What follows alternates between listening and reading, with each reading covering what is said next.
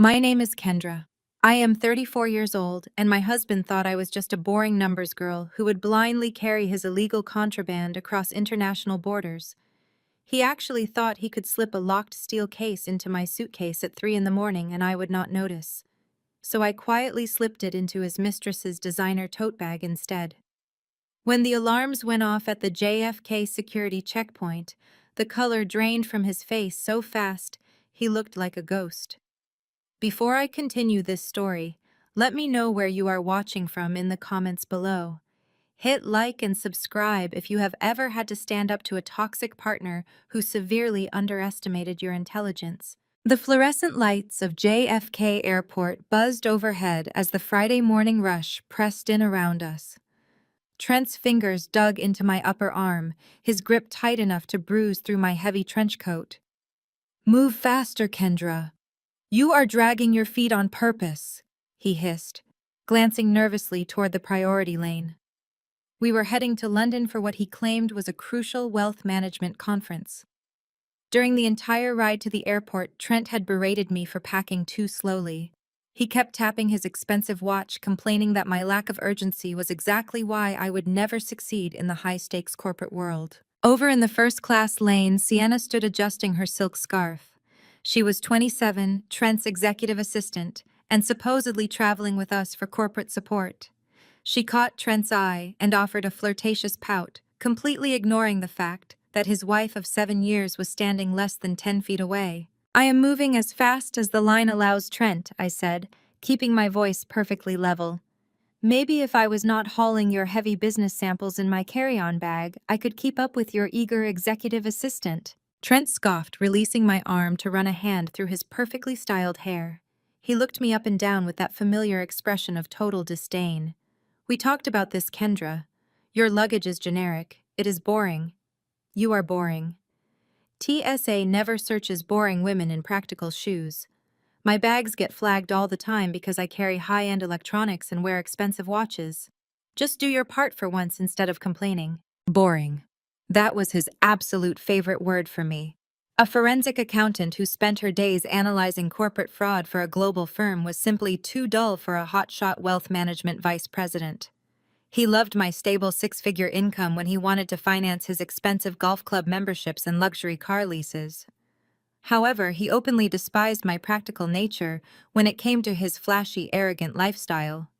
His mother, Beatrice, had always reinforced this toxic dynamic. She constantly reminded me that my working-class background made me an embarrassing fit for their prestigious, wealthy family image. We finally reached the conveyor belt. I placed my sensible black suitcase into the gray plastic bin. In the adjacent lane, Sienna hoisted her oversized designer tote onto the belt with a dramatic sigh. She flashed a brilliant practice smile at the TSA agent, clearly expecting her beauty to buy her a quick pass through security. I watched the monitor intently as her bag rolled into the dark X-ray tunnel. Suddenly, the conveyor belt jerked to a violent halt. A harsh electronic alarm blared across the checkpoint, cutting sharply through the usual terminal noise. The TSA agent, staring at the monitor, shouted a code word and immediately signaled to a supervisor.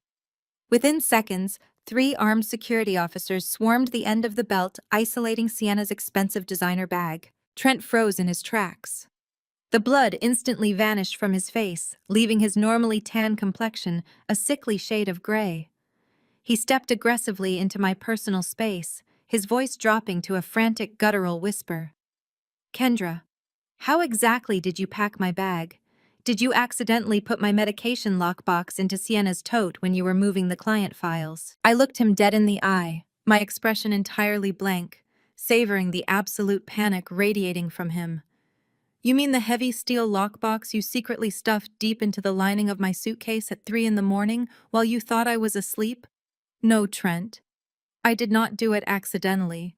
I deliberately transferred it to your mistress's bag before we left the house." His jaw dropped open.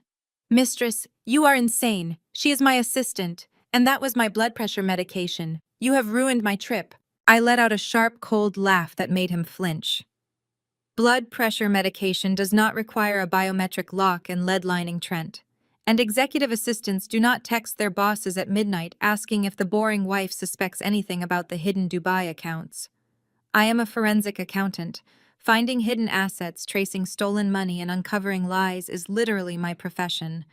You really thought I would blindly carry a locked steel case through international customs for you without checking what was inside. Before Trent could formulate another pathetic lie, the TSA supervisor called out with authority, "Ma'am, step aside right now." He was addressing a terrified Sienna who was backing away from her own luggage with her hands raised in the air. The supervisor used a heavy metal override tool to pop open the steel lockbox they had pulled from the depths of her tote bag. The metal lid flipped back, catching the harsh airport lighting. It was not medication. It was dozens of raw, uncut diamonds spilling out across a bed of black velvet. Beside the sparkling stones lay a folded sheet of official paper. The supervisor held it up with gloved hands, examining it closely. It was a highly detailed falsified customs declaration form.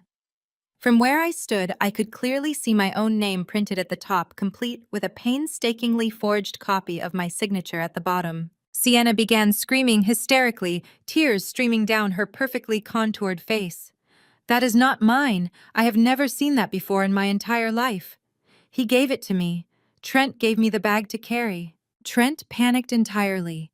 His carefully crafted, arrogant facade shattered into a million pieces. Realizing his entire life was about to collapse, he lunged forward, pointing a shaking finger directly at my face.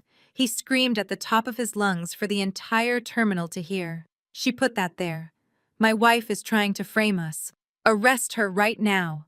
Arrest my wife." The sterile white walls of the Customs and Border Protection interrogation room felt like a freezer. Two armed federal agents stood silently by the heavy steel door, their expressions unreadable. Trent paced the length of the cramped space, pulling aggressively at the collar of his bespoke Italian suit, as if the fabric were suddenly choking him. Across the metal table, Sienna sobbed into her hands, her carefully applied makeup running down her face in dark, jagged lines. I sat perfectly still in the molded plastic chair, my hands folded neatly in my lap, feeling a profound sense of calm wash over me. I simply watched the two of them unravel. An older CBP agent with sharp, observant eyes walked into the room carrying the steel lockbox inside a clear evidence bag. He set it on the center of the table with a heavy, resounding thud. Before the agent could even open his mouth to ask a single question, Trent launched into his practiced corporate defense. He pointed a manicured finger directly at Sienna, entirely willing to destroy her to save himself. "Listen to me," Trent demanded, his voice echoing harshly off the concrete walls. "I am a vice president of wealth management at a top-tier investment firm. I have a pristine record and powerful connections. This woman is merely my executive assistant, and she is clearly experiencing a severe psychological breakdown. She has been inappropriately obsessed with me for months. She must have stolen my personal lockbox from my home and stuffed it into her own bag in a deranged attempt to frame my innocent wife." Sienna abruptly stopped crying. Her head snapped up and her tear-stained face contorted into an expression of pure, unadulterated rage. She slammed her hands onto the metal table, rising to her feet so quickly her chair tipped over backward. "You lying coward!" Sienna screamed, her voice piercing the tense silence of the small room. "You told me you loved me. You told me we were moving to Dubai together the second you dumped your boring dead weight of a wife." Trent darted a frantic, terrified look toward the federal agents. "Do not listen to a word she says," he pleaded, sweating profusely now. "She is completely delusional. She needs a psychiatric hold, not an interrogation." "Delusional!" Sienna shrieked, taking a threatening step toward him before an agent placed a firm hand on her shoulder to hold her back. "I have been sleeping with you for an entire year. I know all about the secret weekend trips to the Hamptons you paid for using stolen client expense accounts. I know about the offshore shell companies you brag about after 3 drinks. You personally handed me that tote bag this morning and swore it just had some extra corporate gifts inside for the conference. You set me up to take the fall." Trent practically lunged across the room, denying everything in a rapid, chaotic string of words. He insisted Sienna was just a disgruntled employee trying to extort him for a payday, spinning a web of lies that sounded pathetic even to his own ears. Seeing that the agents were entirely unmoved by his performance, he turned to me, his eyes pleading for backup. "Tell them, Kendra. Tell them she is crazy. Tell them I am an honest man who would never do something like this." The CBP agent looked at Trent, then at the hysterical Sienna before turning his calm, assessing gaze directly to me. "Ma'am, you have been remarkably quiet since you were brought in. The name on the forged customs declaration form we found with the diamonds matches your passport perfectly. Do you have a statement you would like to make for the official record?" I did not raise my voice.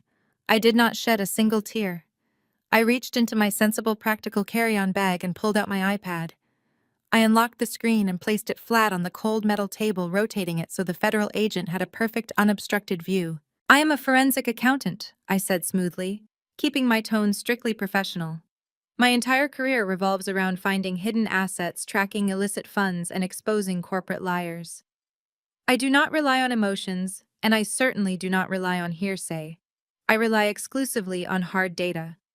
Last month, I noticed several alarming discrepancies in our household accounts, so I took the liberty of installing a hidden high-definition security camera in the walk-in closet of our primary residence. I tapped the play button on the glass screen.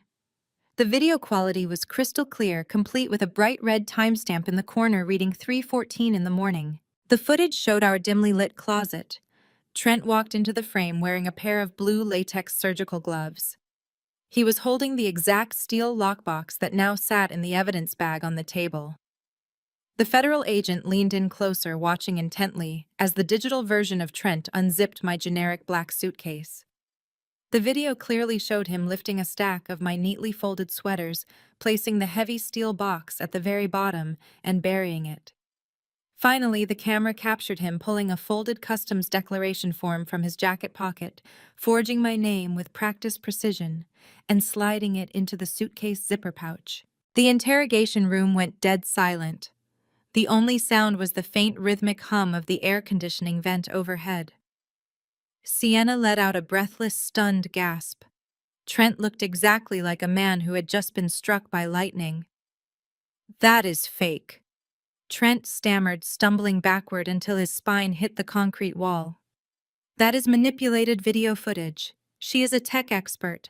She doctored that video to ruin my career because she is deeply jealous of my success." The CBP agent did not even blink at Trent's desperate, flailing excuses. He reached into his uniform pocket and pulled out a jeweler's magnifying loupe.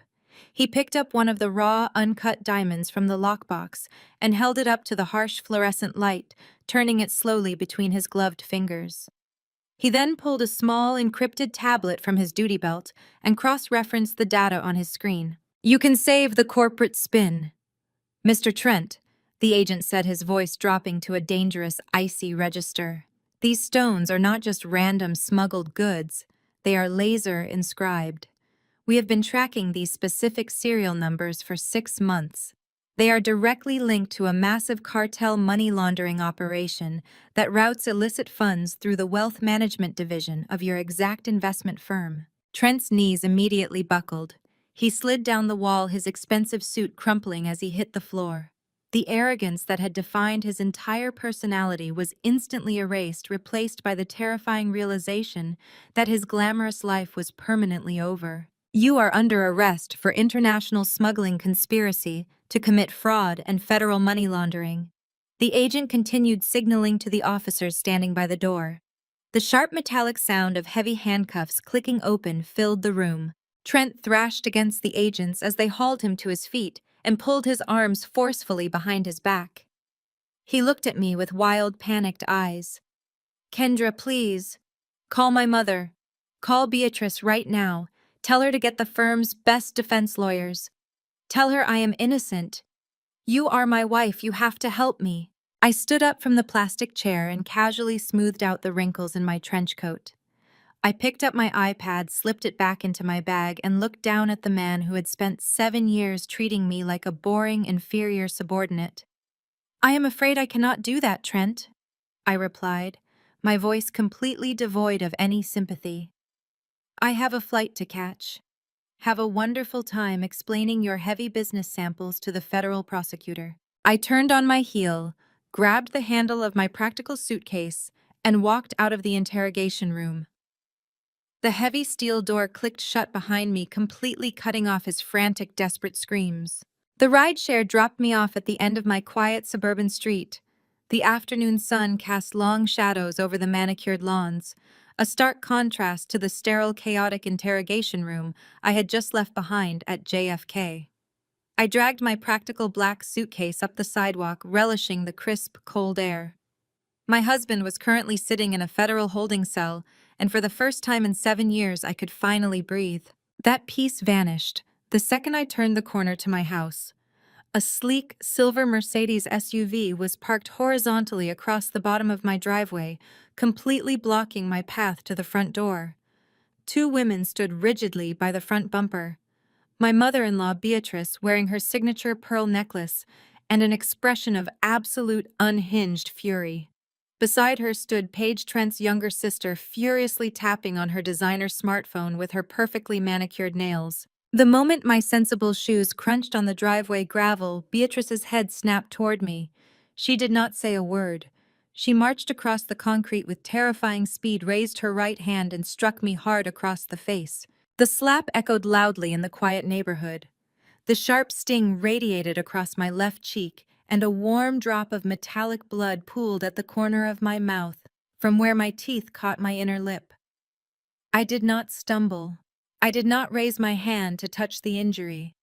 I simply stood my ground, my grip tightening around the handle of my suitcase, staring directly into Beatrice's manic eyes. "You vicious, calculating little rat," Beatrice screamed, completely abandoning her polished country club persona. Her chest heaved as she pointed a shaking finger an inch from my nose. "Trent just used his one phone call from a federal detention center. He told us exactly what you did. You planted those diamonds in Sienna's bag. You set up my son to take the fall for a cartel." Paige shoved her phone into her expensive handbag and stepped up beside her mother, crossing her arms with a look of supreme entitlement. "You are going to fix this right now," Kendra Page demanded, her voice shrill and grating. "You are going to pick up your phone, dial the federal agents who arrested my brother, and you are going to confess.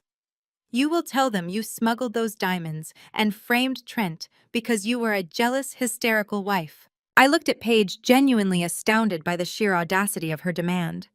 "You want me to falsely confess to international smuggling and federal money laundering just to save Trent?" "Why not?" Paige shot back, scoffing, as if I had just asked a painfully stupid question.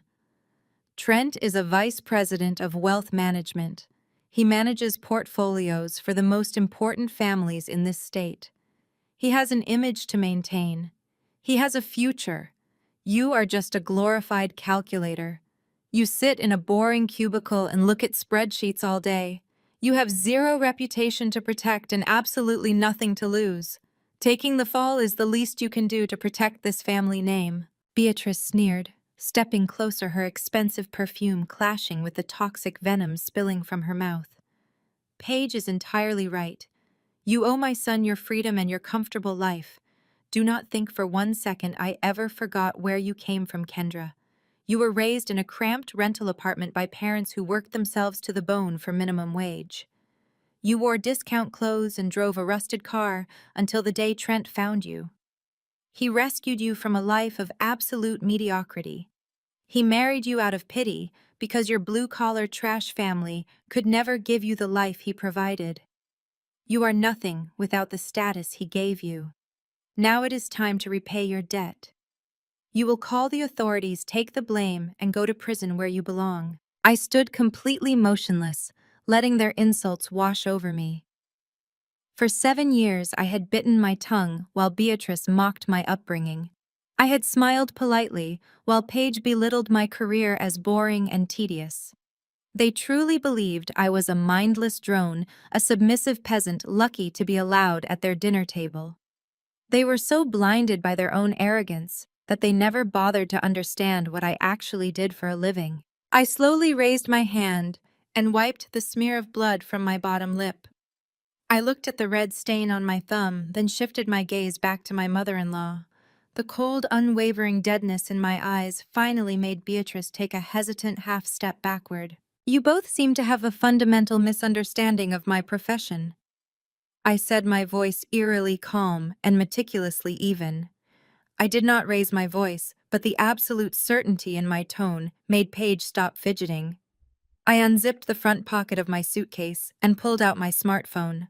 I unlocked the screen, navigated to my secure corporate email application, and opened the message that had arrived 20 minutes ago. I held the glowing screen up inches from Beatrice's face. Read it carefully, I instructed. Beatrice squinted at the screen, her eyes darting across the bold official letterhead. I am not a glorified calculator, Beatrice. I am a senior forensic accountant. I specialize in dismantling corporate fraud and tracking laundered money through complex shell companies. I watched the color slowly drain from Beatrice's face as she read the words on the screen. Paige leaned over her mother's shoulder, her brow furrowing in confusion as she tried to comprehend the dense legal text. That email, I continued, my voice sharp as a scalpel, is a direct notification from the Securities and Exchange Commission. Following the discovery of those cartel diamonds at the airport this morning, the SEC has officially launched a massive joint agency investigation into Trent's investment firm. And because of my specific expertise in untangling these exact types of financial crimes, my firm has been retained to lead the audit. I have just been granted full, unrestricted federal clearance to tear apart every single transaction your golden boy son has made over the last 5 years. Paige gasped, stumbling back against the hood of her Mercedes. Beatrice opened her mouth, but no sound came out. The arrogant, untouchable matriarch was suddenly rendered entirely speechless, her hands trembling at her sides. So, no, Paige, I will not be calling the FBI to confess, I said, sliding my phone back into my pocket. And Beatrice, I strongly suggest you get your vehicle off my driveway within the next 60 seconds. Because if you do not, I will not just audit Trent's corporate accounts. I will request a federal subpoena to audit those hidden offshore trusts in the Cayman Islands that you use to dodge your property taxes. I gripped the handle of my suitcase, stepping directly toward them. Get off my driveway right now! The heavy oak front door of our suburban home slammed shut with a force that rattled the expensive artwork on the walls. Trent stood in the foyer, looking like a shattered version of a magazine cover model. His bespoke suit was severely wrinkled from his brief stay in a federal holding cell, and his silk tie hung loosely around his neck. Despite the physical toll of his arrest, his posture radiated pure, unadulterated arrogance. He had just posted a $1 million cash bail courtesy of his mother Beatrice, and he walked into the house completely convinced he had beaten the system. I remained standing in the kitchen, casually leaning against the cold marble of the center island. I watched him march straight to the wet bar, grab a crystal tumbler, and pour himself a generous measure of scotch. His hands were shaking slightly, but his face was twisted into a cruel, triumphant sneer. He took a long swallow, slammed the glass down, and turned his predatory gaze toward me. You really thought you had me, Kendra? He barked, his voice echoing loudly in the open concept living space. You actually believed you could outsmart me and lock me away. Do you have any idea how much power my family holds in this city? My mother wired that bail money before I even had to ask. The federal agents are a joke. My lawyers are already drafting a motion to dismiss this entire ridiculous spectacle. They are going to prove that you are a jealous, unhinged woman who orchestrated this entire setup to ruin my pristine reputation. I did not respond. I simply watched him perform his desperate monologue. My silence only seemed to fuel his rage. He pulled his smartphone from his pocket, holding it up like a weapon. You played your hand, and now it is my turn, he said, his thumb aggressively tapping the screen. I am the primary account holder on every piece of plastic in your wallet. I am the vice president who brought the real money into this house while you played with your boring little spreadsheets. I just froze the checking account. I just froze the savings account. I just canceled the platinum card, the gold card, and the emergency credit line. You have absolutely zero access to my money. He marched into the kitchen, opened the utility drawer, and pulled out a heavy-duty black garbage bag. He balled it up in his fist and threw it forcefully at my chest. It hit me and dropped to the hardwood floor. Pack your cheap clothes and get out of my house, he ordered, his voice dripping with venom. You are going to leave everything I bought you right here. You can take whatever you brought with you from that pathetic working-class neighborhood you grew up in. I want you out on the street by nightfall. Let us see how far your boring numbers girl attitude gets you when you do not have a single dollar to your name. I looked down at the plastic bag on the floor, then back up to his flushed, angry face. Without a word, I bent down, picked up the garbage bag, and calmly walked toward the hallway closet. Trent followed me, his footsteps heavy and aggressive. He was laughing now, a harsh grating sound that bounced off the high ceilings. He thought he had completely checkmated me. He thought he had severed my lifeline. You cannot even afford a consultation with a decent divorce lawyer now, he taunted, leaning against the hallway wall as I opened the closet door. How are you going to fight me in court? You have nothing. I am going to drag this divorce out for years. I will drown you in legal paperwork until you are forced to move back into a cramped rental apartment just to survive. You are going to be begging me for a settlement when you realize you cannot afford to eat. I am going to break you, Kendra. I am going to make sure you never work in this city again. I ignored his threats. I reached into the closet and tossed a pair of running shoes and a gym jacket into the plastic bag. I did not need to pack my entire life. I just needed to pack enough to make him believe his pathetic intimidation tactic was working. I tied a loose knot at the top of the garbage bag, turned around, and walked past him back into the kitchen. Trent practically danced behind me, vibrating with victory. You better call an Uber quickly. I am giving you 10 minutes before I call the police and have you physically removed for trespassing on my property. I dropped the garbage bag on the floor next to the island. I reached out and pulled my structured leather briefcase toward me. The satisfying metallic click of the brass clasps opening made Trent pause his gloating for a fraction of a second. I reached inside, pulled out a thick, heavy legal envelope, and tossed it onto the marble countertop right in front of him. You froze the joint accounts containing exactly $3,000, I said, allowing a slow, deadly smirk to finally spread across my face. I transferred the rest of my personal earnings out of those accounts months ago. But more importantly, Trent, you really should have hired a better lawyer before you decided to play real estate mogul. Trent stared at the thick envelope, his arrogant smile faltering slightly. What is that? 2 years ago, you wanted to fund Sienna's luxury downtown apartment, I explained, my voice sharp and precise. But you did not want to use traceable funds from your own accounts. So you forged my signature to take out a massive second mortgage on this house. You thought I would never notice the paperwork because I was just your boring, oblivious wife. But when you forged my name to borrow against our primary residence, you triggered a highly specific penalty clause hidden deep within our prenuptial agreement. Trent reached out with a trembling hand and pulled the documents from the envelope. His eyes frantically scanned the dense legal jargon, searching for a loophole that did not exist. By committing financial fraud against your spouse, you legally forfeited your equity in this estate. I continued, stepping closer to the island to ensure he heard every single word. I executed the transfer clause last week. I legally assumed sole unencumbered ownership of this entire property through my private LLC. This house does not belong to you anymore, Trent. It belongs entirely to me. He dropped the papers onto the marble, his breathing turning shallow and rapid. You cannot do that. My mother paid the initial down payment on this house. This is my property. Your mother gifted that down payment to both of us, and you legally signed away your rights the moment you committed mortgage fraud to finance your mistress, I replied, picking up the garbage bag I had packed and shoving it firmly into his chest. You froze a useless bank account. I took the house. You have exactly 10 minutes to leave my property before I call the police and have you dragged out of here for trespassing. The morning sun poured through the floor-to-ceiling windows of my kitchen, casting a warm, golden glow across the flawless marble island. The house was entirely quiet. There was no sound of Trent complaining about his dry cleaning, no arrogant pacing, no condescending remarks about my choice of practical footwear. It was just me, a fresh cup of dark roast coffee, and the absolute certainty that I had thoroughly dismantled a monster.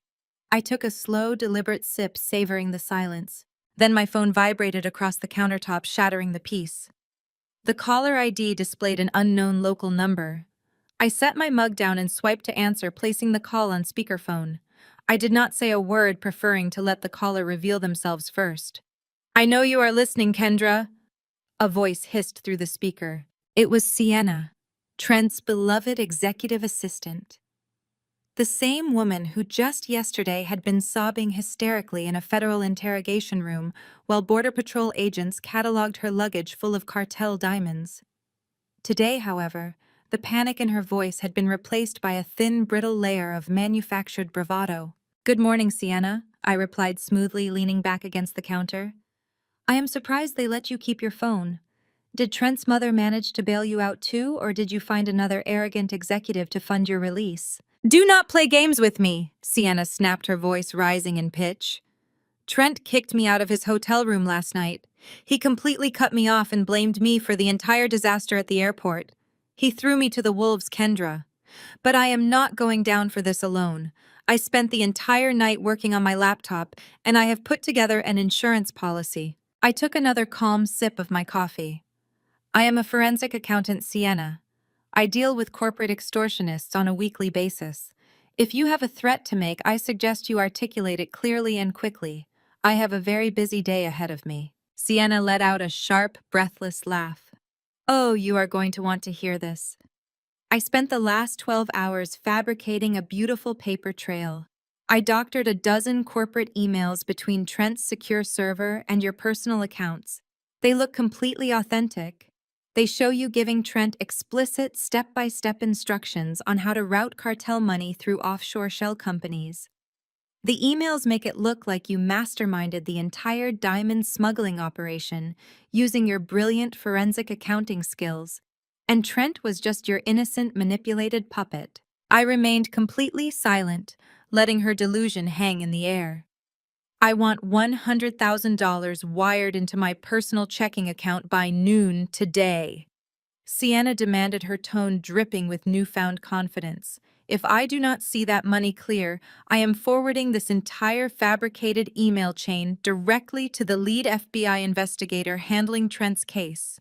You will be arrested before dinner. You can sit in a federal cell right next to your husband." Sienna clearly expected me to panic. She expected me to beg, to negotiate, or to break down in tears. When I said nothing, she took my silence as a sign of weakness and decided to twist the knife, leaning into the cruel, petty arrogance Trent had undoubtedly taught her. "Trent always told me you were too incredibly stupid to see what was happening right in front of your face," Sienna taunted, her voice oozing with malicious satisfaction. "We used to lie in bed and laugh at how easily you believed his lies. Do you have any idea how much the crocodile Birkin bag I brought to the airport cost? It was a $12,000 bag, Kendra. Trent bought it for me the exact same week he told you that repairing the transmission on your sensible little Honda was simply too expensive. You drove a rattling, broken-down piece of junk to work every single day trying to be financially responsible while I was sipping crystal champagne and wearing designer jewelry entirely on his dime. You are pathetic." I let her finish. I let her breathe in the toxic fumes of her own perceived victory. Then I let out a genuine, unapologetic laugh. It was a cold, sharp sound that immediately silenced her on the other end of the line. "You really should have hired a financial advisor, Sienna," I said, my voice dropping to a low, authoritative register. "Or perhaps a decent defense attorney. Or maybe you should have just possessed basic, fundamental common sense before you decided to extort a woman who audits federal crimes for a living." "What are you talking about?" she stammered, the manufactured bravado instantly cracking. "Did you honestly believe I only audited Trent's accounts?" I asked, tracing the rim of my coffee mug. The moment I suspected Trent was hiding assets, I mapped out his entire financial ecosystem. That included you, Sienna. I pulled the routing numbers on every single luxury gift he bought you. I pulled the transaction data on every extravagant weekend getaway. And more importantly, I audited the generous monthly bonus checks Trent deposited directly into your personal bank account. Sienna was breathing heavily now, the phone rustling against her ear. Those were corporate bonuses for my work as his assistant. They were wire transfers from the retirement accounts of Trent's elderly clients.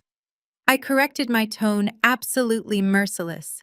Trent was skimming offshore investments and funneling the stolen capital directly through your personal checking account to wash the money. You did not just read the fine print on those checks, Sienna. You actively signed the deposit slips. A choked gasp escaped her throat. You are not just a mistress who got caught holding a bag of dirty diamonds. I continued hammering the final nail into her coffin. Legally, the federal government categorizes you as his primary money mule. You facilitated the laundering of stolen civilian retirement funds. Extorting me for $100,000 is the absolute least of your problems right now. You are lying!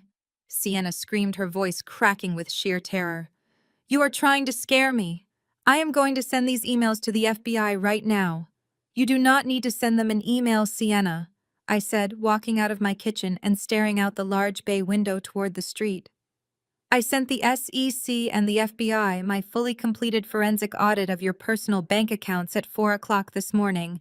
I highlighted every single stolen deposit you ever signed for. Sienna began to hyperventilate.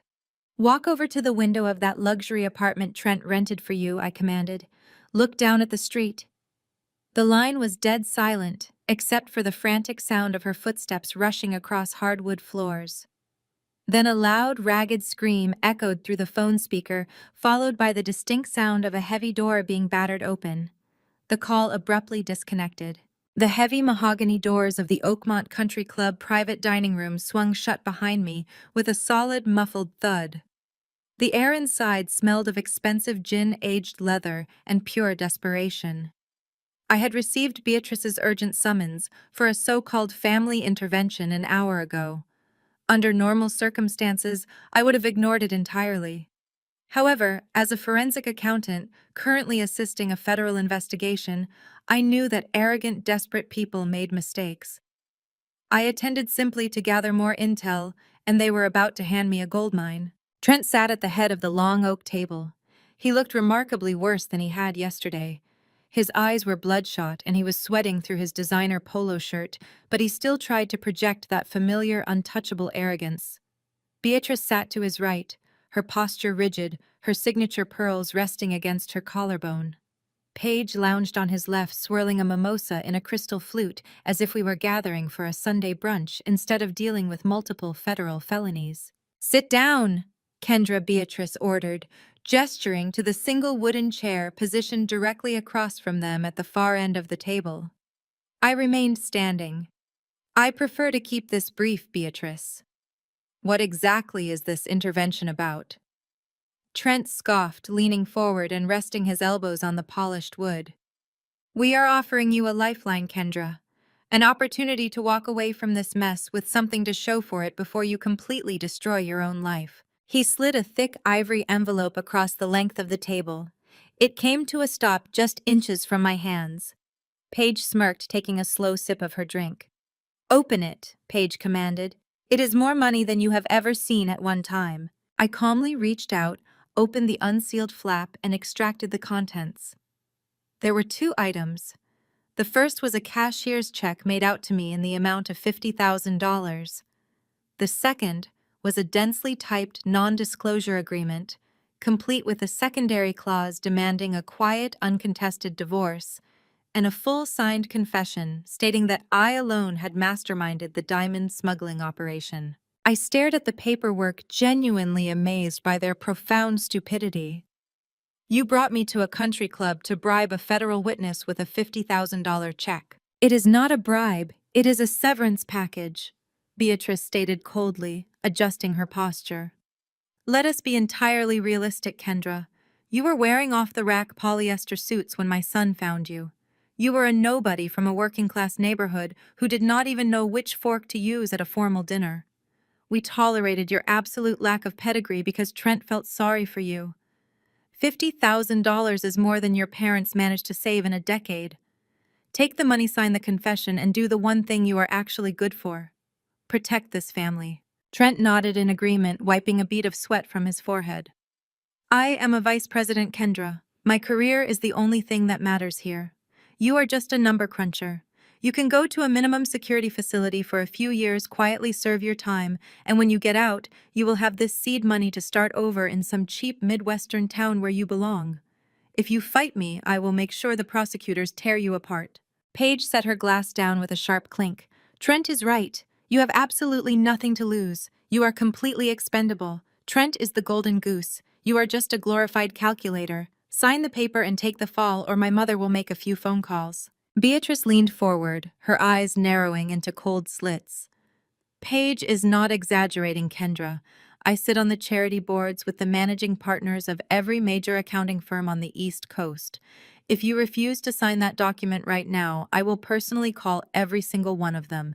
I will have you blackballed from the financial sector. I will ruin your reputation so thoroughly that you will not even be able to get a job managing a cash register at a fast food restaurant. You will be entirely destitute. I stood perfectly still, letting their threats hang in the quiet dining room. They truly believed they held all the power.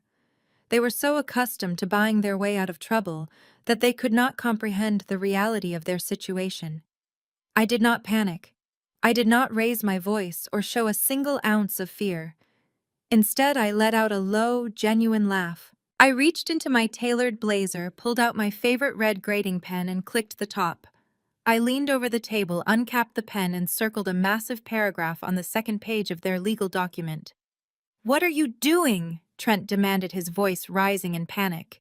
"I am correcting a fatal typo in your jurisdiction clause," I replied smoothly, dragging the red ink across the page. "This non-disclosure agreement cites state law, but you are asking me to confess to federal smuggling charges.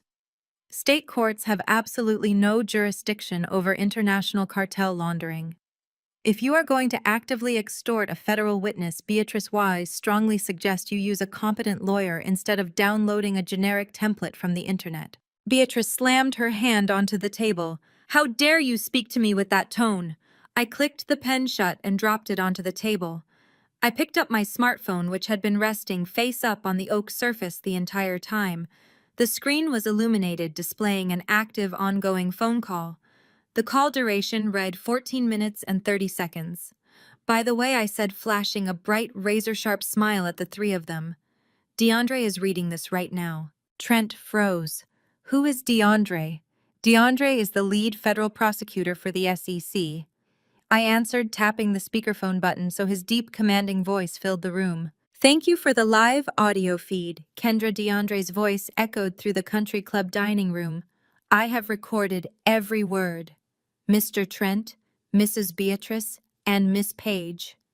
I will be dispatching federal agents to your location immediately. You are all officially being charged with witness tampering, extortion, and obstruction of a federal investigation. Do not attempt to leave the premises." Beatrice let out a horrified, strangled gasp, clutching her pearls as the color drained from her face. Paige knocked over her mimosa, the orange liquid spilling across the table and ruining the forged documents. Trent staggered backward, his chair scraping violently against the floor as he clutched his chest. I picked up my briefcase, turned my back on their absolute devastation, and walked out the mahogany doors, leaving them to wait for the sirens. She was no longer yelling at me. She had spun around, directing her hysterical panic toward the far end of the private dining table. DeAndre had been sitting there the entire time, shrouded in the shadows of the heavy velvet curtains, nursing a cup of black coffee. He had watched his wife and her family attempt to bribe and extort me with the detached, analytical silence of a man evaluating an active crime scene. "Do something!" Paige shrieked, her hands gripping the edges of the oak table so hard her knuckles turned white. "You are a federal prosecutor, DeAndre. Stop her. Use your authority and shut this down right now. You fix this." DeAndre did not flinch. He did not reach for his phone or offer a word of comfort. He slowly lifted his porcelain cup, took a measured sip of his coffee, and set it back down on the saucer with a sharp, definitive click that echoed off the wood-paneled walls. He refused to even look in my direction, completely unwilling to participate in their desperate attempt to intimidate me. Trent slammed his fist into the ruined, juice-soaked, non-disclosure agreement. "Did you hear your wife, DeAndre? Shut this down.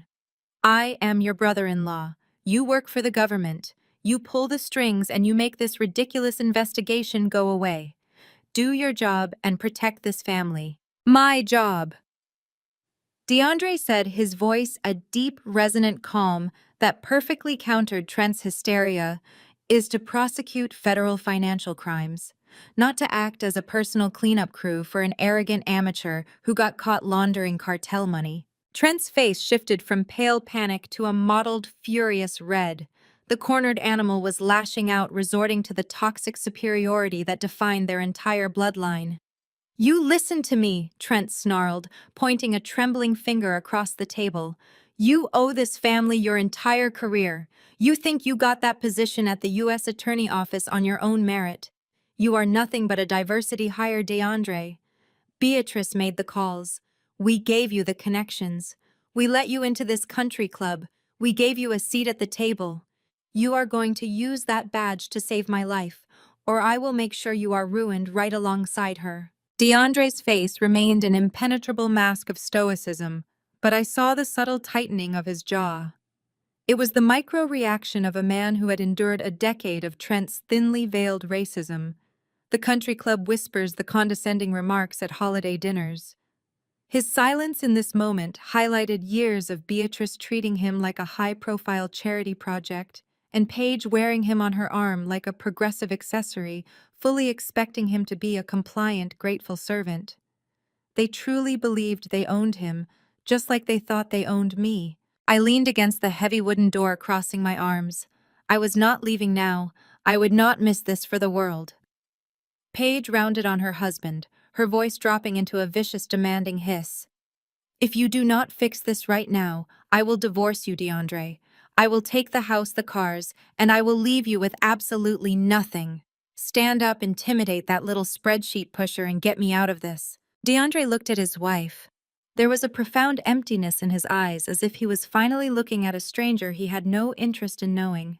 He calmly reached into his breast pocket, pulled out a crisp linen handkerchief, and dabbed the corner of his mouth.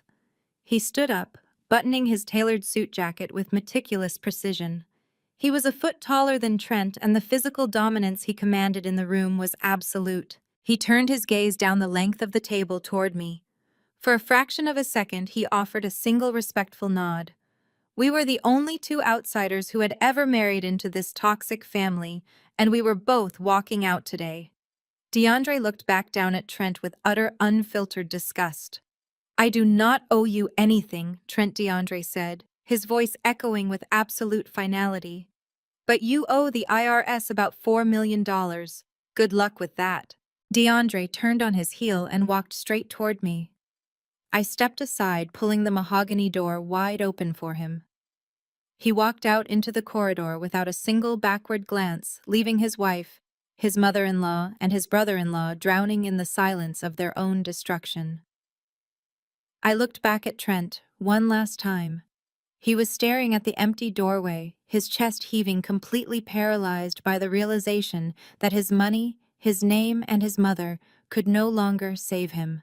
I gave him a slow, deadly smirk, pulled the door shut, and walked out into the sunlight. The crisp afternoon sunlight felt entirely different as I walked across the manicured parking lot of the Oakmont Country Club. For the first time in years, the air tasted like absolute vindication. I slipped into the driver's seat of my practical, reliable car, closed the heavy door, and opened the secure laptop resting on the passenger seat. My screen was already alive with scrolling data. I did not need to be in the room to watch the empire fall. I had digital front row seats. DeAndre had not been making an idle threat. As a federal prosecutor, he wielded the power of the United States government, and within exactly 40 minutes of our departure, the federal machine moved with terrifying, beautiful efficiency. I sat in my car sipping a bottle of sparkling water, watching the secure financial feeds I had monitored for months. The first domino fell at precisely 2 in the afternoon. A massive red alert flashed across my screen. The Department of Justice had officially frozen Trent's primary checking and savings accounts. 2 minutes later, the freeze extended to his investment portfolios, then his domestic shell companies, then the joint accounts he shared with his mother Beatrice. I watched Beatrice's pristine, carefully guarded wealth evaporate into a legally inaccessible void. Her trust funds, her liquid assets, the country club escrow accounts she used to maintain her flawless high society image, all locked down by federal mandate. The millions they used to wield as a weapon against anyone they considered beneath them were suddenly untouchable. Trent was officially a millionaire, without a single cent to his name, marooned in the middle of an extortion plot gone completely wrong. But a narcissist cornered is a highly predictable creature. Trent had spent his entire life believing rules applied to everyone else, operating under the delusion that his pedigree made him invincible. If he could not use his own money, he would simply take mine. He needed a high-profile defense attorney immediately. He needed a fixer capable of navigating federal racketeering charges, diamond smuggling, and wire fraud. Those men required massive cash retainers up front, often in the hundreds of thousands of dollars. My phone chimed with a high-priority security alert. I smiled, resting my hands on the steering wheel. I had set up a specialized tracking protocol on my personal financial network weeks ago, anticipating this exact moment of desperation. A login attempt was pinging from a recognizable IP address. It was Trent's smartphone.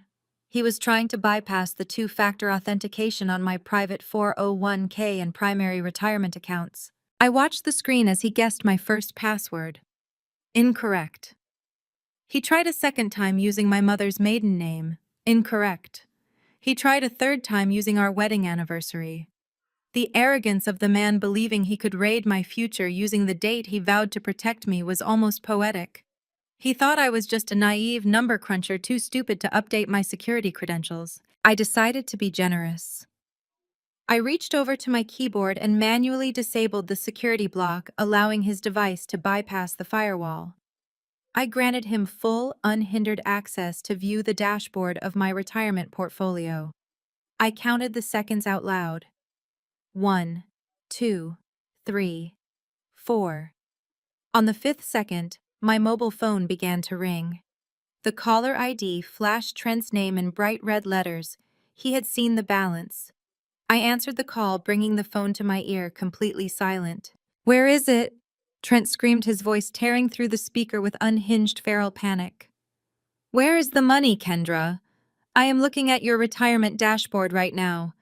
It says 0. Every single account is empty. Where did you put my money?"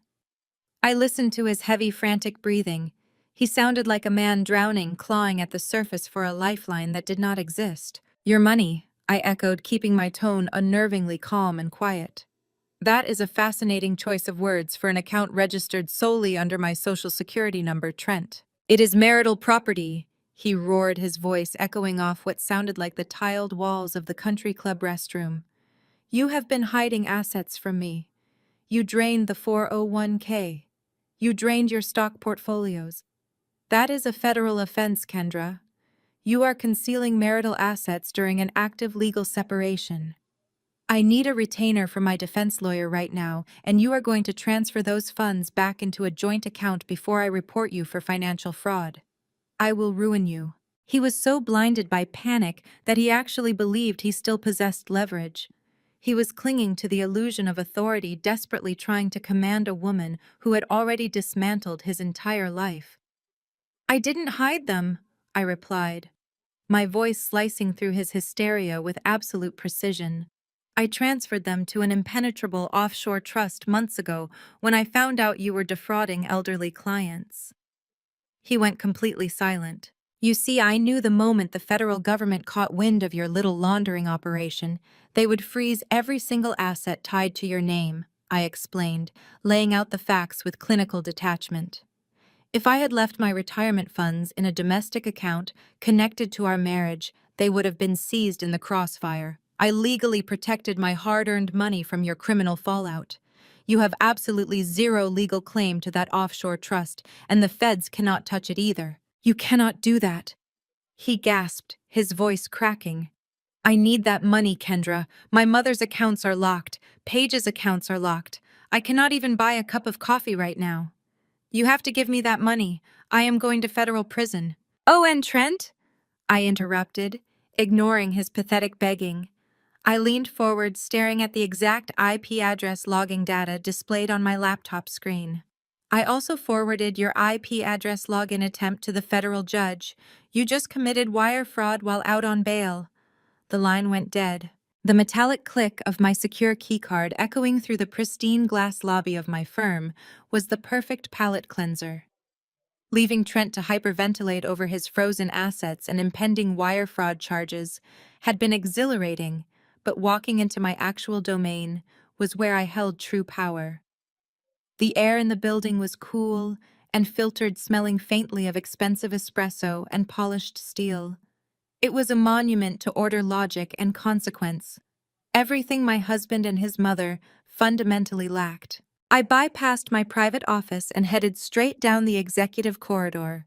Sylvia's assistant, a sharp young man named David, caught my eye the moment I stepped off the private elevator. He did not say a word, simply pointing silently toward Sylvia's corner office. Through the soundproof glass, I could see her. Sylvia was the managing director of the firm, a woman who had built her career by tearing apart the financial ledgers of corrupt executives. She was sitting rigidly behind her massive desk, her hand hovering over the speakerphone button on her multi-line console. She looked up, caught my eye, and gestured for me to enter. "We have a highly agitated situation," Sylvia said quietly as I closed the heavy mahogany door behind me, sealing us in complete silence. "A woman identifying herself as Beatrice, along with your husband, bypassed reception by claiming they had urgent classified information regarding an active corporate embezzlement ring operating from within this exact office. They demanded the managing director. I decided to take the call myself. I took a seat in the leather chair opposite her desk, a slow, knowing smile spreading across my face. I nodded, settling into the plush cushions. Sylvia pressed the illuminated speaker button, and the sound of Beatrice's shrill, aristocratic voice immediately flooded the quiet office. "I am only bringing this to your attention out of a profound sense of civic and ethical duty," Beatrice was saying, her tone dripping with manufactured concern and weaponized privilege. "I know how highly your firm values integrity and discretion. It is simply tragic that you have been harboring a viper in your ranks. Kendra is entirely unstable. She has suffered a complete psychological break, and she is actively stealing from her own family to fund her delusions." "Those are incredibly severe allegations, ma'am," Sylvia replied, her voice maintaining the cool, measured detachment of a seasoned executive.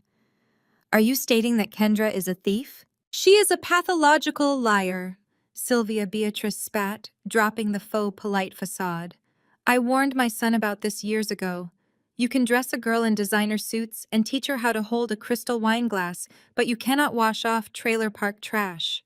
She comes from a pathetic working-class neighborhood filled with nothing but resentment and greed. She has spent her entire life trying to scheme her way into our social strata. The moment my son faced a minor legal misunderstanding, she showed her true grimy colors. She is an absolute fraud, and she is actively embezzling funds as we speak." I casually crossed my legs and picked up a silver pen from Sylvia's desk, twirling it between my fingers. I did not feel a single ounce of anger. I only felt an overwhelming sense of pity for two people so blinded by their own arrogance that they could not see the massive trap closing around them. They truly believed the world operated solely on their demands. They thought they could snap their fingers, make a few phone calls, and erase my entire existence. "She drained our entire life savings," Trent yelled, his voice suddenly cutting through the background, sounding frantic and unhinged. "She stole my money, Sylvia. She emptied our joint accounts, and I know for a fact she is using your corporate network to hide it. I need to hire a defense attorney today, and she is holding my funds hostage. If she is stealing from me, she is stealing from your clients right now. You need to terminate her employment immediately. You need to have security march her out of that building, and you need to call the police. If you do not fire her today, my mother and I will personally hold your firm liable for harboring a criminal." Sylvia met my gaze across the desk, her expression perfectly flat. She picked up a notepad and jotted down a few notes, letting the silence stretch just long enough to make the other end of the line uncomfortable. "I sit on the charity boards with half of your firm's elite clientele." Beatrice added, the implicit threat hanging heavy in the air. "I will make sure everyone in this city knows that your company protects unstable, thieving women from the slums. You will fire her, you will seize her computer, and you will freeze her corporate assets until the authorities arrive. Do I make myself absolutely clear?" Sylvia calmly leaned forward, resting her elbows on the cool steel of her desk. She did not raise her voice. She did not sound intimidated. She sounded like a predator finally snapping its jaws shut. Ma'am, Sylvia replied, her tone perfectly steady and completely lethal. Kendra isn't just an employee. She is the lead forensic auditor for the FBI's Joint Task Force on Corporate Corruption. Everything you just said was recorded as attempted witness intimidation. The silence on the conference call was absolute. For a full 10 seconds, the only sound in Sylvia's office was the faint, static hum of the speakerphone. Then came the frantic, clumsy clatter of a receiver being slammed down on the other end.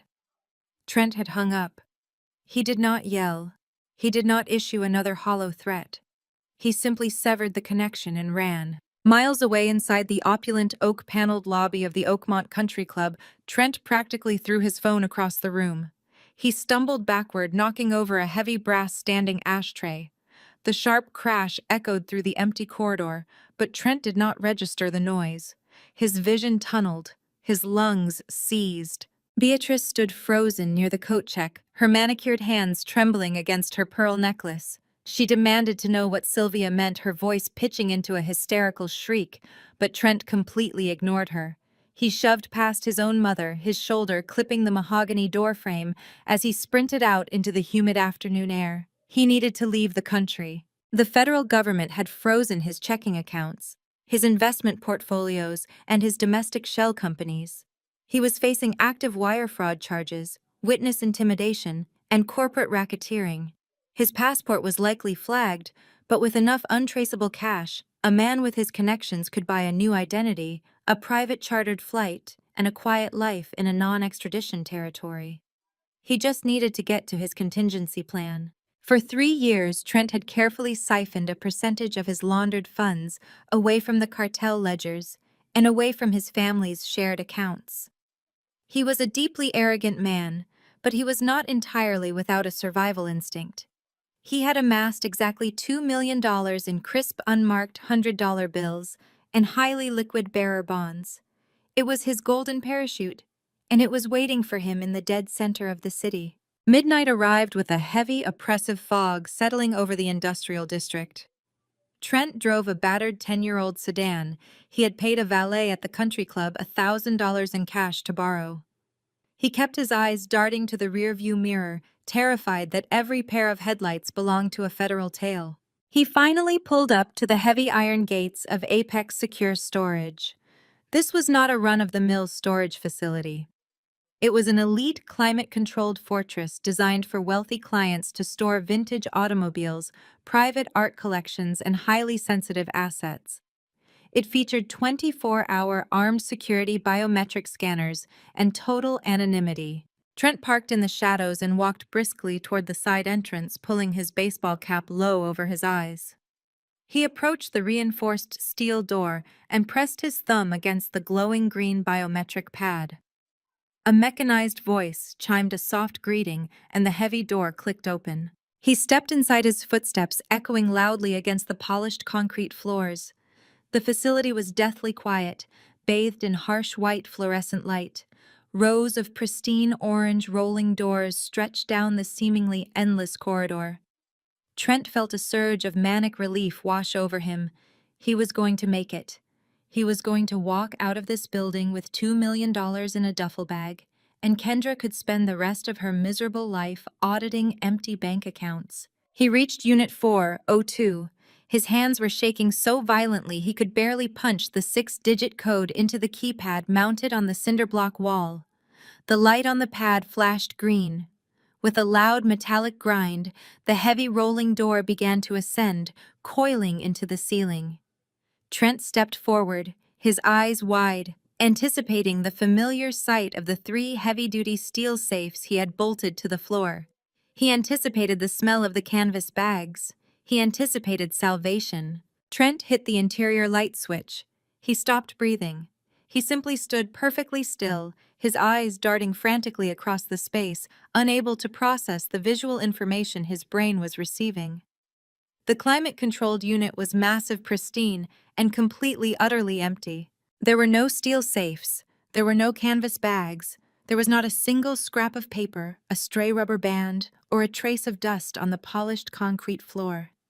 The $2 million he had meticulously hidden from the world, from the federal government, and from his wife had vanished into thin air. Trent dropped to his knees. The harsh reality of his situation crushed him with the weight of a collapsing building. He let out a strangled, breathless sob, pressing his forehead against the cold floor. He had nothing. He was a fugitive with a borrowed sedan and a pocket full of valet tips. Then he noticed it.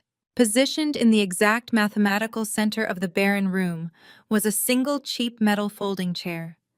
It was positioned to face the open doorway. Resting on the seat of the chair was a crisp white envelope secured with a single piece of clear tape. Trent crawled forward on his hands and knees, his breath hitching in his throat. He reached up his fingers, trembling violently, and ripped the envelope from the metal seat. He tore the paper open and pulled out a single sheet of heavy cardstock. The handwriting was neat, precise, and instantly recognizable. It was Kendra's handwriting. He held the note up to the fluorescent light, his eyes scanning the incredibly brief message. "Did you really think I didn't notice the $400 monthly charge on the corporate card you claimed was for golf club storage? The FBI thanks you for your profound generosity and your massive donation to the Federal Seizure Fund. Turn around." Trent froze. The blood drained entirely from his face, leaving his skin a sickly pale gray. He did not want to turn around. He wanted the concrete floor to open up and swallow him whole. Slowly, agonizingly, he turned his head toward the open doorway of Unit 402. The pristine white walls of the storage corridor were no longer white. They were pulsing with a harsh, rhythmic strobe. Brilliant flashes of red and blue light bounced off the polished concrete, casting long, jagged shadows into the room. The deafening chirp of a police siren chirped twice in the enclosed space, followed by the heavy, synchronized thud of tactical boots marching down the hallway. The profound, unbroken silence of my living room was a luxury I had not experienced in over a decade. The digital clock on my kitchen island glowed a steady red, displaying 2:14 in the morning. Somewhere downtown, Trent was currently surrendering his belt and shoelaces to a federal booking officer stripped of his wealth, his mother's influence, and his unearned pride. I stood by the granite counter, the warm ceramic of my teacup grounding me in the present reality. I had won. I had dismantled the architecture of their deceit brick by brick. That pristine, hard-earned peace shattered with the deafening explosion of breaking glass. The heavy reinforced French doors leading to my backyard patio splintered violently inward. Shards of thick glass rained across the polished hardwood floor like jagged diamonds. I did not scream. I did not run. I simply placed my teacup on the granite surface and watched as a figure stepped through the ruined doorframe into the shadows of my home. It was Sienna. She looked absolutely nothing like the immaculate, heavily curated woman who had spent the last 3 years clinging to my husband's arm at corporate galas. Her expensive silk dress was ripped at the hem, stained with mud, and snagged on the thorns from my rose bushes. She was barefoot, a thin line of blood trickling down her left calf from scaling the perimeter fence. Her hair was a tangled, chaotic mess around her face, and her eyes were wide with a manic, unhinged desperation. In her hands, she gripped a heavy titanium driver. It was one of Trent's custom golf clubs, the very same set he used to justify the storage unit where he had hidden his laundered millions. She did not say a word to me.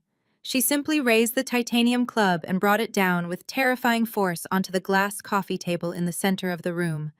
The surface exploded into 1,000 glittering pieces. She swung again blindly, viciously obliterating a towering porcelain vase that Beatrice had forced upon us as a wedding gift. She was a woman drowning in the consequences of her own actions, lashing out at the only person she could blame. I remained perfectly still behind the kitchen island.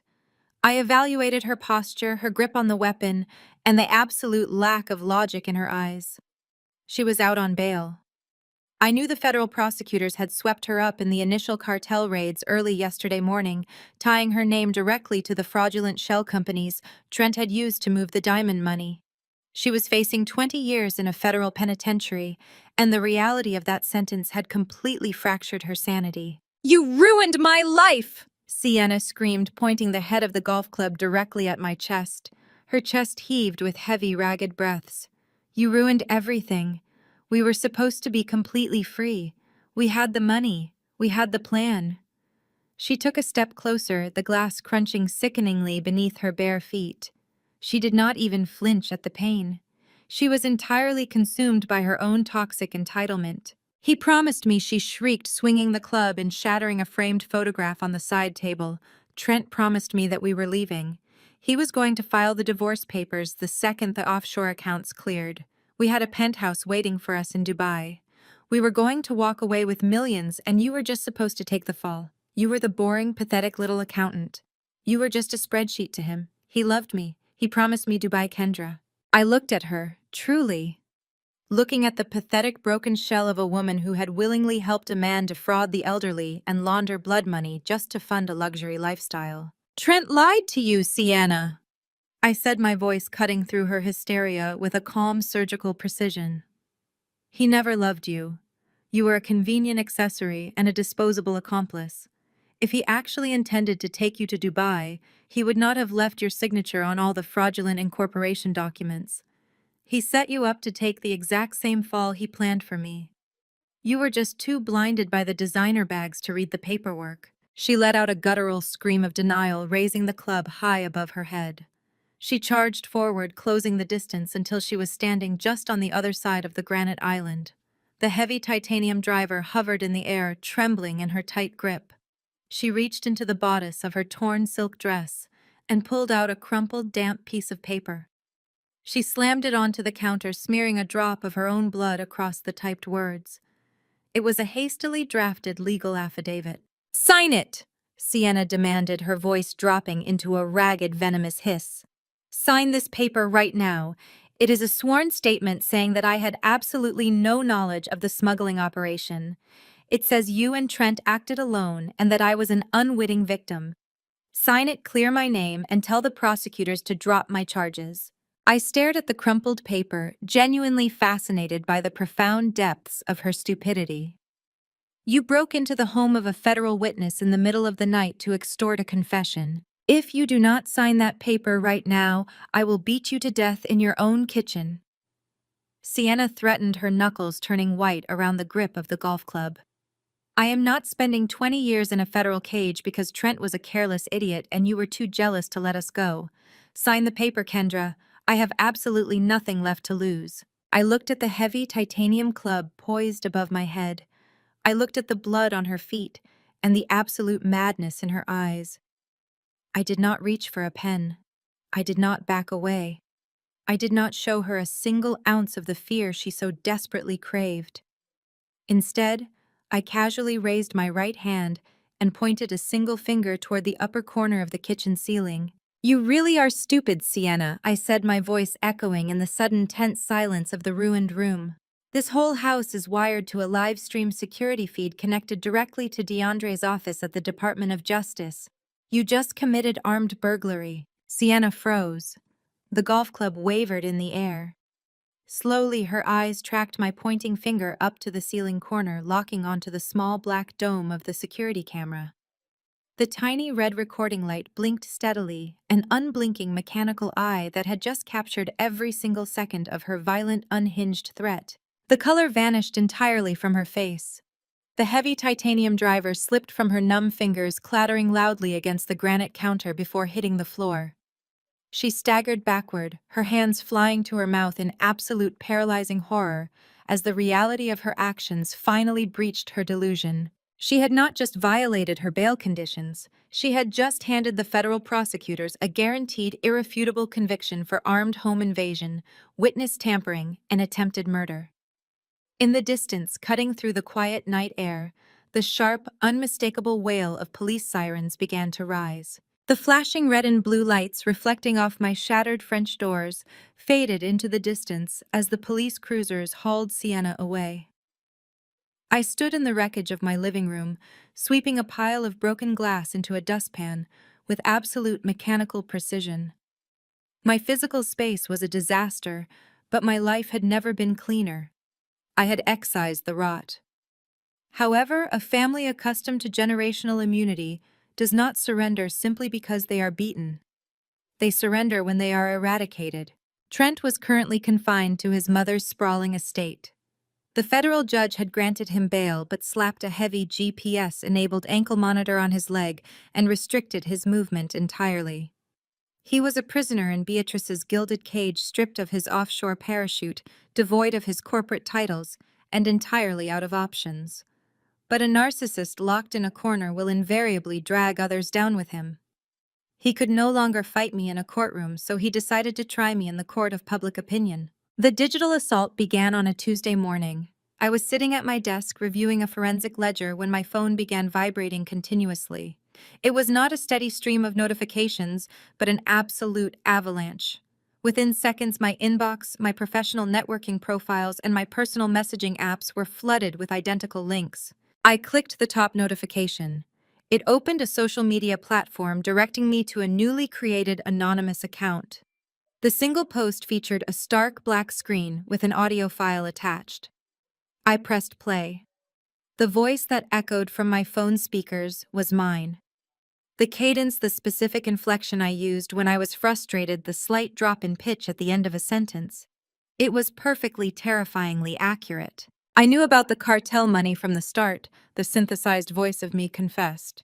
Trent was too stupid to hide it properly. All I had to do was slip the diamonds into his golf bag before the audit and tip off the feds. I get the offshore accounts, he takes the fall, and I walk away clean. He never suspected a thing. I listened to the clip twice. It was a masterpiece of artificial intelligence.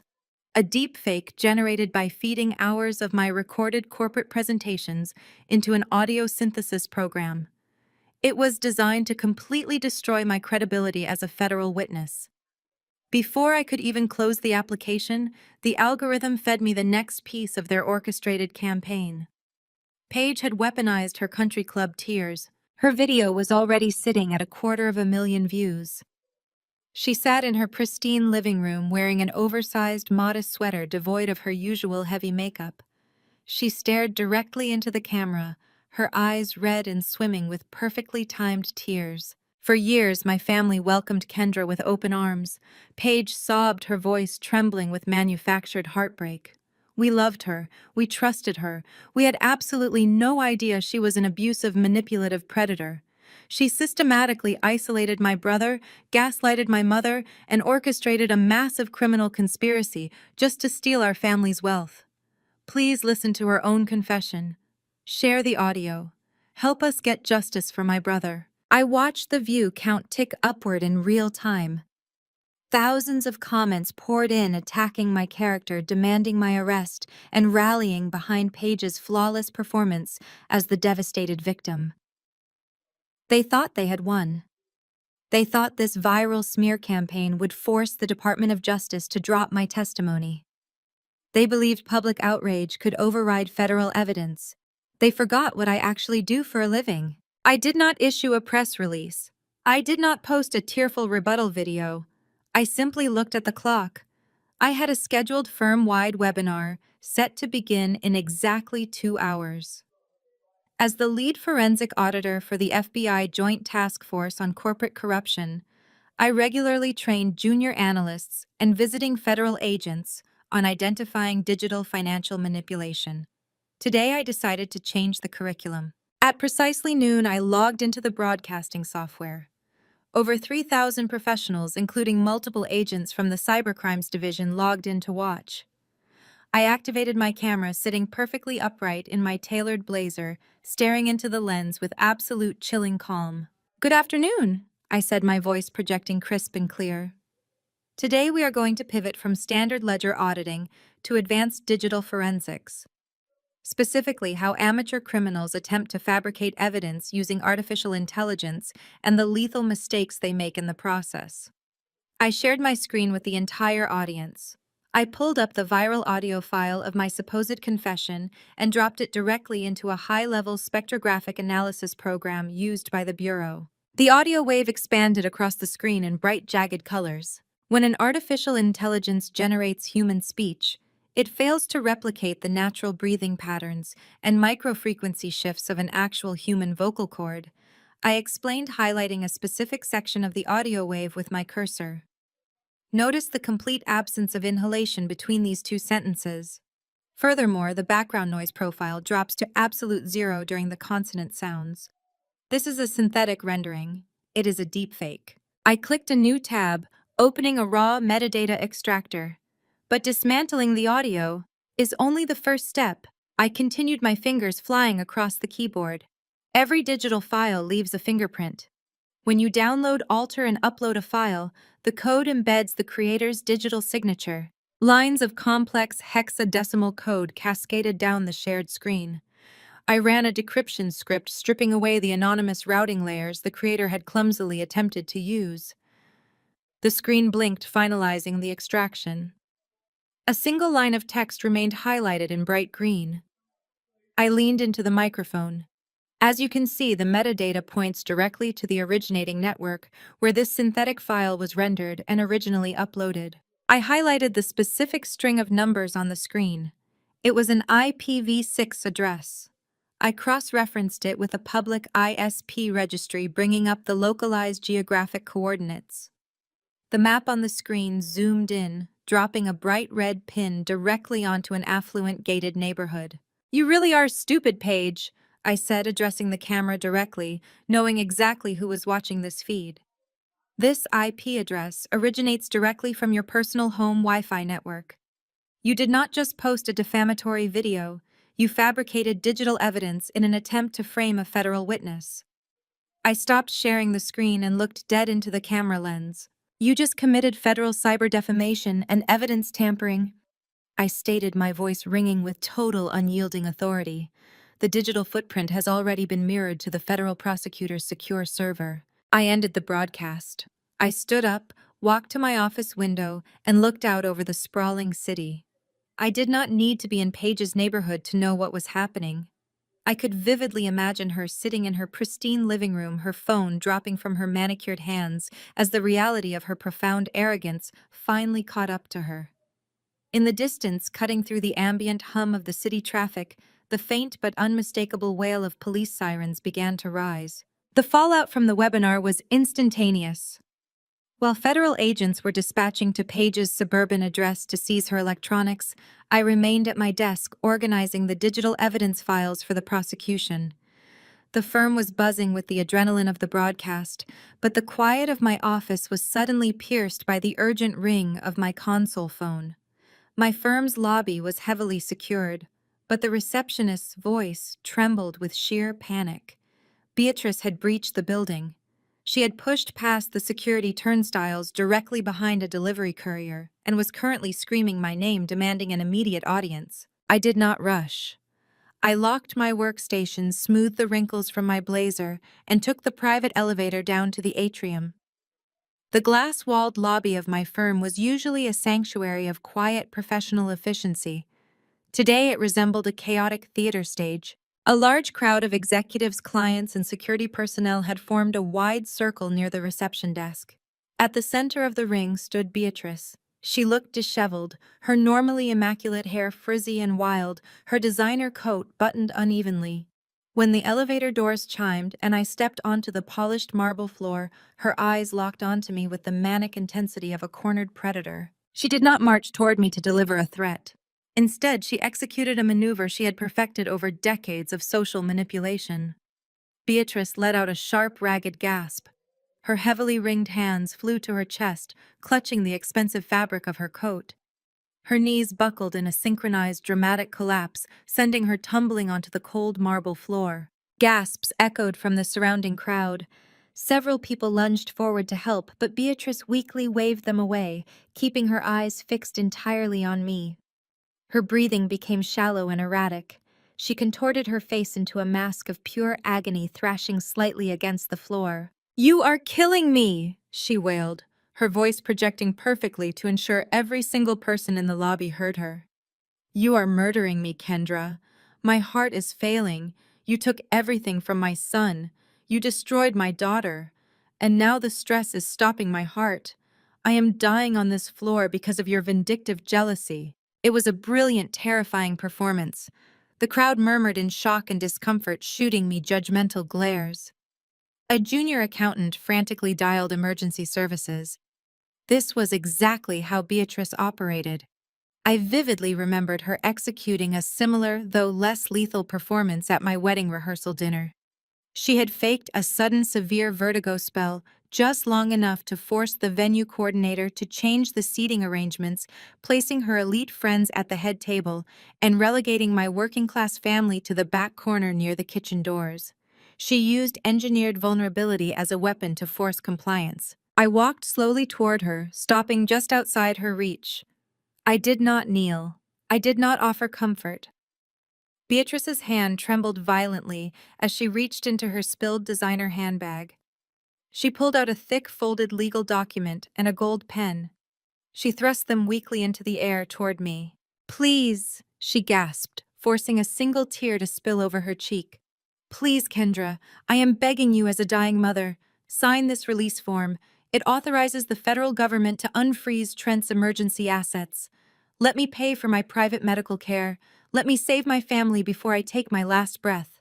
Just sign the paper and let this nightmare end." She was attempting to leverage public shame and a fabricated medical emergency to secure my signature on a federal asset release. If I signed it under duress, the funds would immediately transfer, effectively making me an accomplice and nullifying my credibility as a witness against Trent. It was her final desperate play. The wail of an approaching ambulance cut through the tense silence of the lobby. The heavy revolving glass doors spun rapidly as two paramedics rushed inside, lugging heavy trauma bags and an automated external defibrillator. The security guards parted the crowd, allowing the medical team to drop to their knees beside Beatrice. "Ma'am, try to remain calm," the lead paramedic instructed, reaching for her wrist to check her pulse while his partner began tearing open a blood pressure cuff. "Are you experiencing pain radiating down your left arm?" Beatrice nodded frantically, squeezing her eyes shut and letting out a pathetic, high-pitched moan. I calmly reached into my leather portfolio. I pulled out a thick stapled dossier featuring the official seal of a premier private medical clinic. I took a step forward and tapped the lead paramedic on the shoulder. He looked up, annoyed by the interruption, until I handed him the file. "Do not waste your epinephrine," I stated, my voice ringing clear and authoritative across the quiet lobby. "That is a comprehensive copy of her latest medical report. I legally subpoenaed those records last month during the asset discovery phase of her son's racketeering investigation." The paramedic glanced at the file, then back at me, clearly confused. I looked down at the woman thrashing on the floor and laid out the facts for the entire room. "Her resting blood pressure is flawless," I announced. "Her cholesterol levels are perfect. In fact, she passed a grueling comprehensive cardiovascular stress test exactly 3 weeks ago in order to qualify for a highly exclusive offshore life insurance policy. She is in exceptional physical health. This is a theatrical performance, not a cardiac event." The paramedic paused, his fingers still resting on Beatrice's wrist. He looked down at her. "Her pulse is strong and steady," he muttered to his partner, his professional urgency instantly evaporating into profound irritation. The murmur of the crowd shifted immediately. The sympathetic gasps turned into scoffs of disgust and angry whispers. The public pressure Beatrice had relied upon dissolved into cold, hard judgment. I knelt down on the marble floor, bringing my face level with hers. I smoothly pulled the folded legal document from her trembling fingers. She did not fight me for it. Her eyes were wide, darting nervously around the lobby as she realized her captive audience had turned entirely against her. I flattened the paper against my knee and scanned the dense legal text. It was not a standard asset release form. It was a labyrinth of corporate jargon designed to shift the ownership of 5 offshore shell companies directly into my name, retroactively making me the primary beneficiary of the laundered money. I looked back down at the woman who had spent years calling me trash, who had enabled a criminal empire, and who was now lying on a marble floor faking a heart attack to trap me. "Her heart is perfectly fine," I said, raising my voice so the entire lobby, the paramedics, and the security team could hear me clearly. "But her bank account isn't." I leaned in an inch closer, locking eyes with Beatrice, dropping my voice to a sharp, lethal register meant only for her. "Beatrice, The document you just tried to force me to sign is a confession of tax evasion. It explicitly links you to the fraudulent accounts currently under federal investigation. If you don't get up right now, I'm handing it to the IRS. The transformation was instantaneous and terrifying. The dying, fragile matriarch vanished. Beatrice's eyes snapped open with sharp, vivid clarity.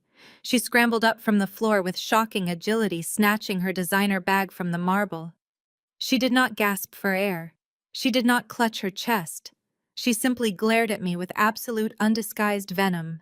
She smoothed the front of her coat, shoved violently past the bewildered paramedics, and stormed out through the glass doors, disappearing into the chaotic rush of the city. The silence of my suburban home later that evening offered a jarring contrast to the absolute spectacle Beatrice had orchestrated in my lobby. I sat at my kitchen island nursing a cup of black tea, reviewing the final encrypted file transfers with cold mechanical precision.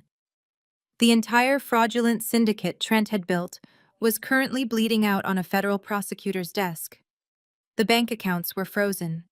The shell companies were dismantled. The accomplices were turning on each other. Trent was completely out of options. But a cornered narcissist who realizes he is inevitably going to prison does not simply surrender. He lashes out. He attacks the one thing standing between him and freedom.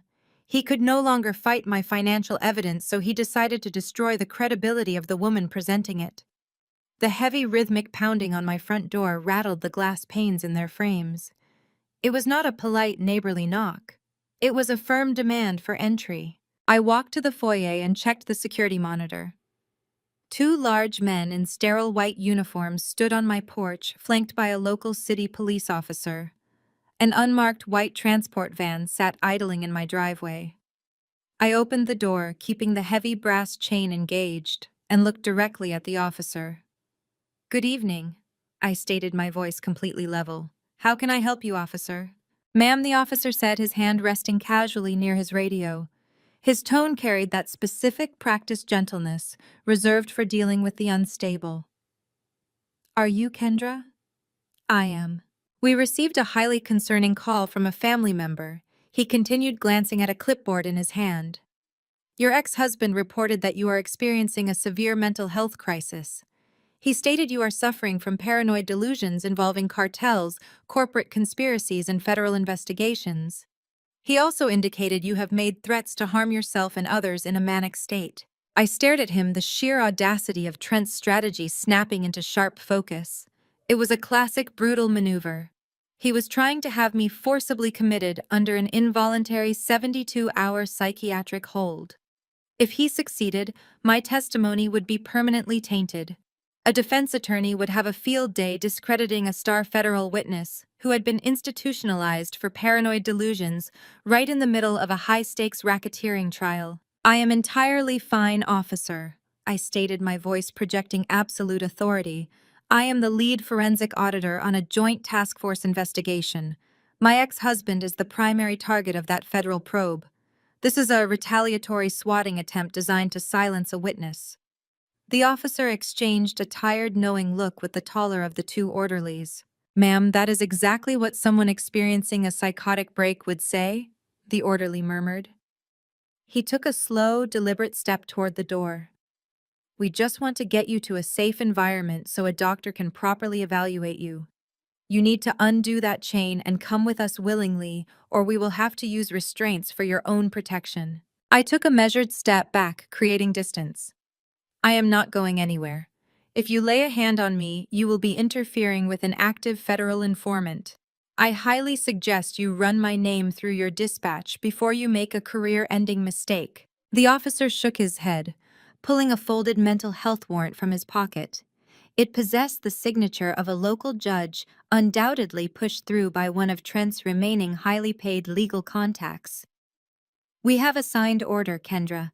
We are doing this the easy way or the hard way." The two orderlies stepped forward, unhooking soft nylon restraints from their belts. My heart hammered against my ribs, but my mind remained hyper-focused. I scanned the street through the narrow gap in the doorway. Parked half a block away, idling in the deep shadows of the neighborhood oak trees, was a sleek, black luxury sedan. The tinted windows obscured the driver, but I did not need to see his face. Trent was sitting there watching his masterpiece unfold. He wanted to witness the exact moment I was dragged out of my home in restraints. Before the orderlies could shove their weight against the door, the screech of heavy tires shattered the quiet suburban street. A massive black government-issued SUV violently hopped the curb, tearing across my front lawn and slamming on its brakes, completely blocking the transport van in my driveway. The driver's side door flew open before the vehicle had even fully stopped. DeAndre stepped out. He was an absolute force of nature. Dressed in a tactical windbreaker over a crisp suit, his presence commanded immediate, undeniable authority. He did not walk toward the porch. He stalked toward it. The local police officer turned his hand, dropping to his radio, but he froze when DeAndre raised his right hand holding a leather credentials wallet open. The bright gold shield of the Federal Bureau of Investigation caught the glow of the porch light. "Back away from that door right now!" DeAndre barked, his voice carrying the lethal weight of a federal mandate. The local officer held up his hands defensively. "Sir, we have a judge's order for a psychiatric hold on this individual." DeAndre did not even look at the paperwork the officer offered. He slapped it away with the back of his hand. "I do not care if you have a note from the mayor," DeAndre snapped, stepping directly between my front door and the orderlies. "You are standing on the property of a protected federal informant. You are actively attempting to detain the star witness in a massive multinational racketeering case." The color instantly drained from the local officer's face. He looked at me, then back at DeAndre, the terrifying reality of his situation sinking in. He had been played. "She is not delusional," DeAndre continued, his eyes locked onto the officer. "The cartel she warned you about is real. The corporate conspiracy is real. And if you or these orderlies attempt to place so much as a single nylon strap on her wrists, you will be spending the next 20 years in a federal penitentiary for witness tampering and obstruction of justice. Stand down. Stand." The orderlies instantly took 3 large steps backward, frantically hooking the restraints back onto their belts. The local officer grabbed his radio, his voice shaking as he canceled the transport order with dispatch. "Now," DeAndre said, pointing a rigid finger toward the street. "Get off this property." The 3 men scrambled away, practically running toward their vehicles. I let out a long, shaky breath, unlatching the chain and stepping out onto the porch. DeAndre turned to me, his expression softening for just a fraction of a second to ensure I was unharmed before his gaze snapped toward the street. He walked out to the edge of the lawn, standing tall and imposing under the streetlights. He looked directly down the block, locking eyes with the tinted windshield of the black luxury sedan, idling in the shadows. DeAndre raised his hand and pointed directly at the car. His voice boomed across the quiet neighborhood, carrying absolute, chilling certainty. "Run, Trent. Run as fast as you can. It won't help." The taillights of Trent's black sedan faded into the suburban gloom, leaving the quiet street bathed in the flashing amber lights of DeAndre's federal vehicle. The immediate threat was neutralized, but the war was shifting from my front lawn to the absolute, unyielding arena of the federal judiciary. Trent had played his final desperate card outside the bounds of the law, and he had failed spectacularly. 3 days later, the endgame officially began. DeAndre walked into my secured office suite and placed a thick, cream-colored envelope directly onto the center of my desk. It was heavy, embossed with the seal of the Department of Justice. The federal grand jury had been convened. Inside was my official subpoena to testify. It was not merely a request for my presence. It was a mandate to strike the killing blow against Trent's entire syndicate. The morning of my testimony dawned gray and biting cold. I wore a tailored charcoal suit, my posture rigidly straight, as I pulled my car into the subterranean parking structure of the federal courthouse. The concrete walls echoed with the low hum of vehicle engines and the sharp click of my heels against the pavement. I carried a single leather briefcase containing the decrypted ledgers, the offshore routing numbers, and the undeniable proof of their generational rot. I rounded the corner toward the secure elevator banks and stopped. They were waiting for me. Trent Page and Beatrice stood shoulder to shoulder, forming a physical barricade in front of the heavy steel doors leading to the courthouse entrance. The ambient light of the parking garage cast harsh, unforgiving shadows across their faces. They no longer looked like the untouchable elite of the city. Trent's custom suit looked rumpled, his eyes bloodshot and darting frantically. Paige was gripping her designer handbag so tightly her knuckles were stark white, her usual manicured poise replaced by raw, trembling anxiety. Beatrice, however, refused to drop the facade. She stood perfectly upright, her chin tilted in that familiar angle of absolute disdain.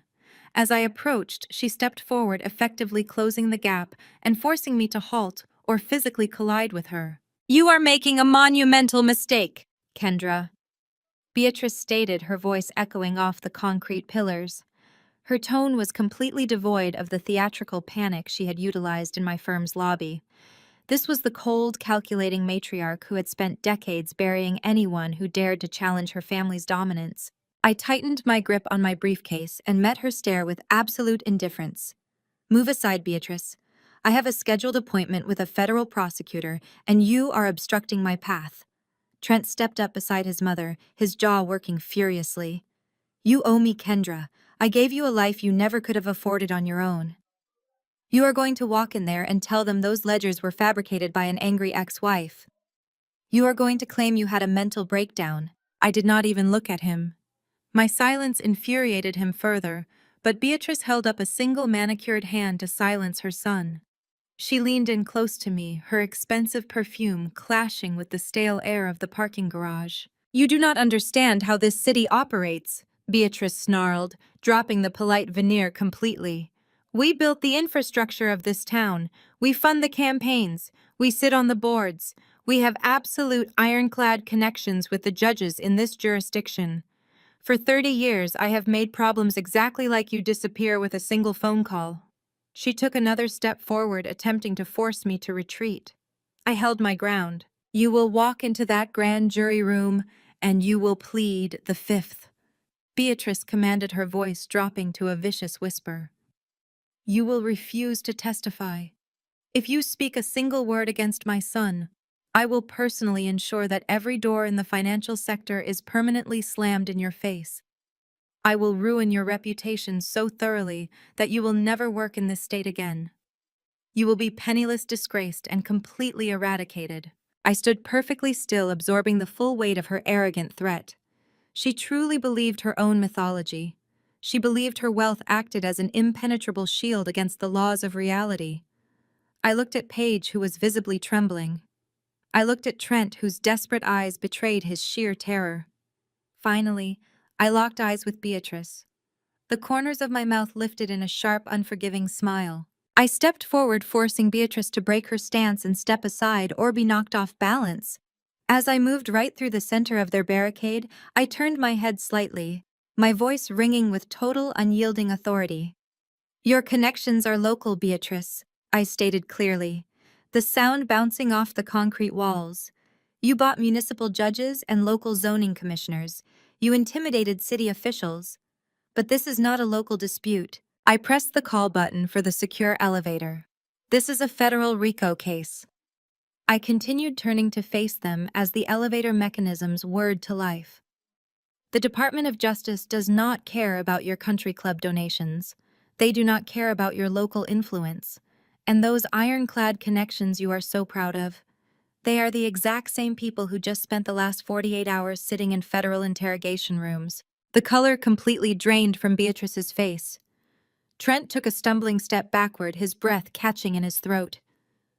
"Every single one of your allies has already flipped on you to save themselves. I delivered the final crushing blow. They traded your son's freedom for federal immunity. You have absolutely nothing left." The heavy steel doors of the elevator slid open behind me. I stepped backward into the car, keeping my eyes locked on the terrified remnants of Trent's family. "See you inside."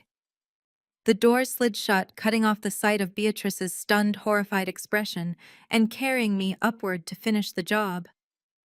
The heavy steel doors of the elevator sealed shut, leaving the parking garage and the shattered remains of Trent's family behind me.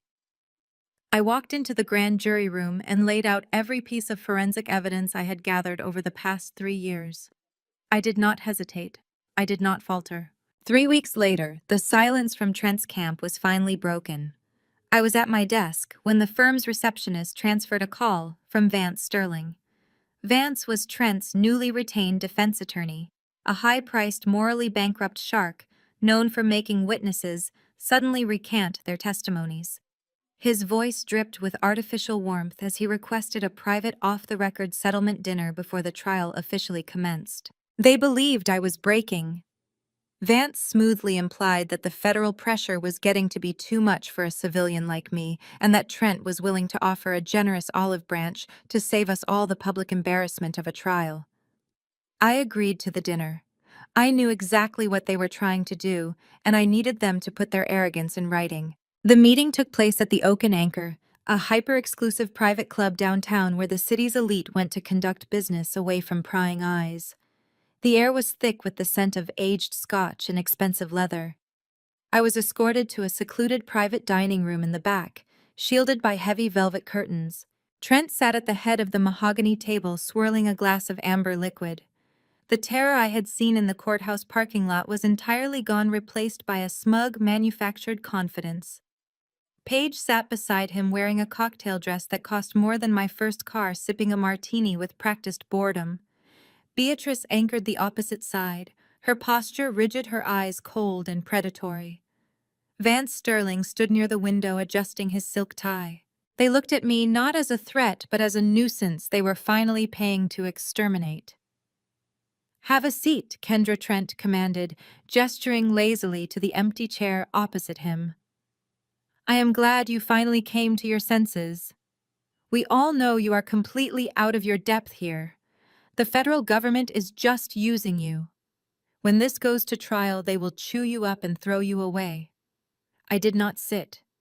I remained standing, resting my hands lightly on the back of the leather chair. Vance stepped forward, pulling a thick, legal-sized folder from his briefcase. He slid it precisely across the polished mahogany until it stopped directly in front of me.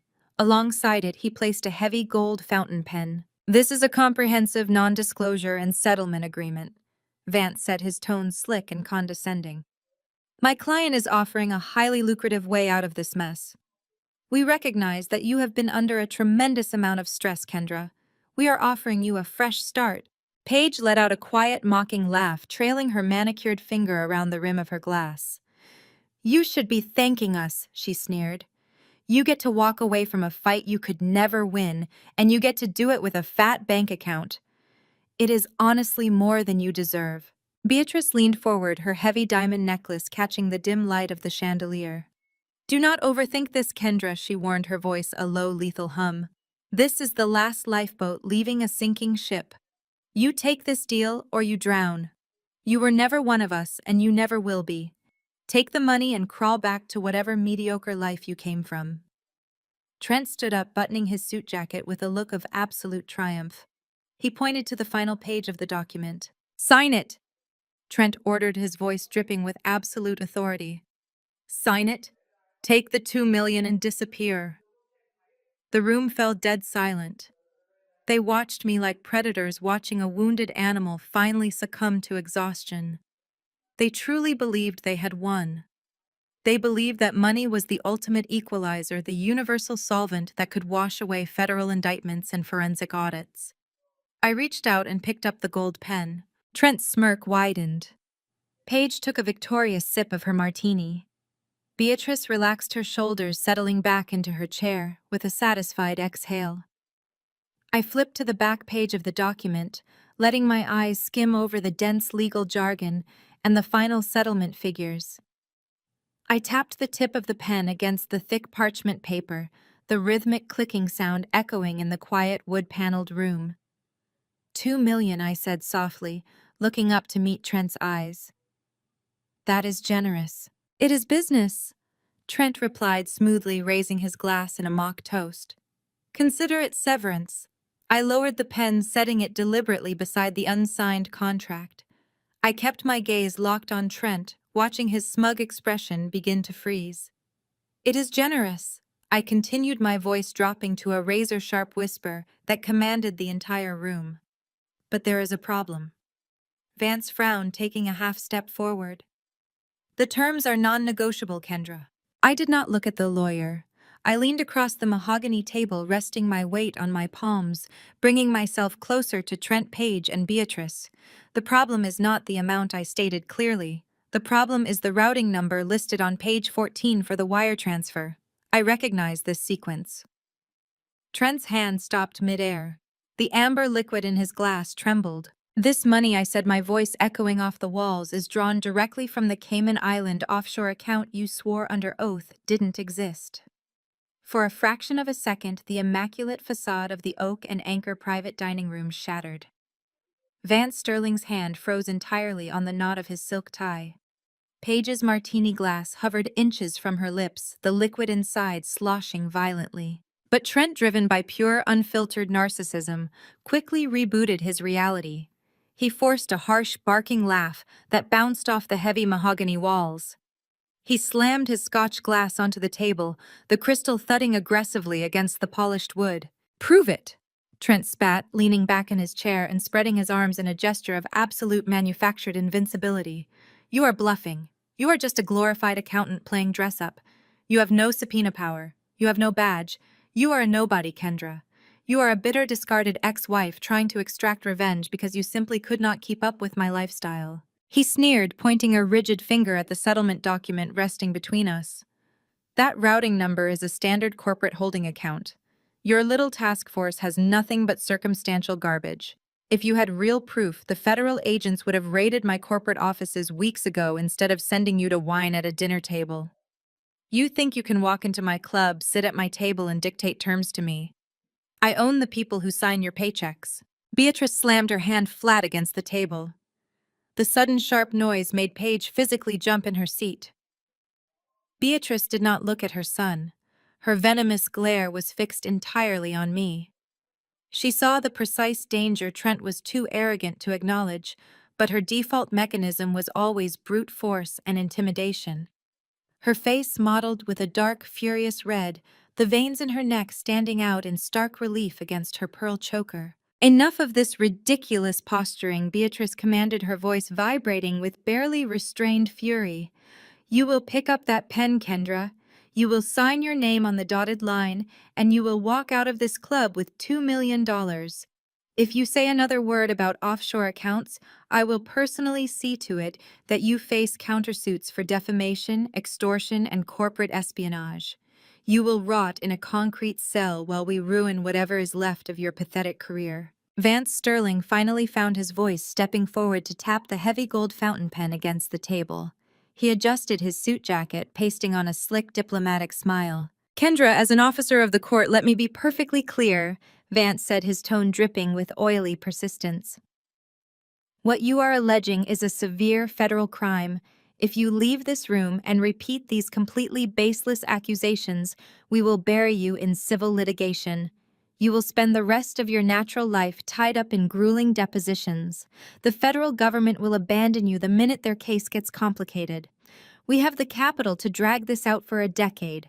Take the money. Sign the non-disclosure agreement. Go start a new life." I did not flinch. I did not blink. For years I had shrunk under the weight of this family's crushing expectations. I had allowed Trent to make me feel small and Beatrice to make me feel entirely inadequate. But standing here now, armed with irrefutable financial data, they looked remarkably fragile. They were not untouchable titans of industry. They were common criminals in very expensive suits. I let the silence stretch, forcing them to sit in the deeply uncomfortable reality of my absolute calm. They were waiting for me to crack, to show a single sign of weakness, to reach for the gold pen and surrender to their wealth. I looked down at the settlement document. It was 5 pages of dense legal text designed to buy my silence and erase my entire existence. I noted with profound satisfaction that the document was already fully executed on their end. Trent's arrogant, sweeping signature dominated the bottom of the final page. Beatrice had co-signed on behalf of the holding company. Vance had stamped and notarized it. They had laid the trap, fully expecting me to step blindly into it. I looked at the gold pen resting on the heavy parchment. I looked at the four faces staring back at me. Trent's arrogant smirk, Paige's quiet terror, Vance's sleazy persistence, Beatrice's lethal unblinking glare. I reached out, but I did not grab the pen. I placed my index finger on the gold barrel and slowly, deliberately rolled it away from the document. It clattered softly against Vance's leather briefcase. "You are absolutely right about one thing, Trent," I said, my voice cutting cleanly through the thick tension in the room. "I am just an auditor. I balance ledgers. I trace complex wire transfers. I read the fine print." I flattened my hands on the table and locked eyes with my ex-husband. "But I did not come here tonight to negotiate." I stated, my tone dropping to a razor-sharp register that commanded the entire room. "I did not come here to take your money, or listen to your mother's empty threats, or entertain your sleazy lawyer." I picked up the executed settlement agreement, holding it by the corner, as if it were physically contaminated. "I came here to verify your signatures on these settlement documents." Trent's smirk vanished entirely. The manufactured confidence drained from his face, replaced by a sudden sickening realization. He glanced down at the empty space on the table, then up at me, a cold sweat breaking out across his forehead. "What are you talking about?" Trent demanded, his voice suddenly lacking any authority. I reached into my tailored blazer pocket and pulled out my phone. The screen was already glowing brightly, displaying an active, highly encrypted audio transmission app. A small red recording icon pulsed steadily in the top right corner.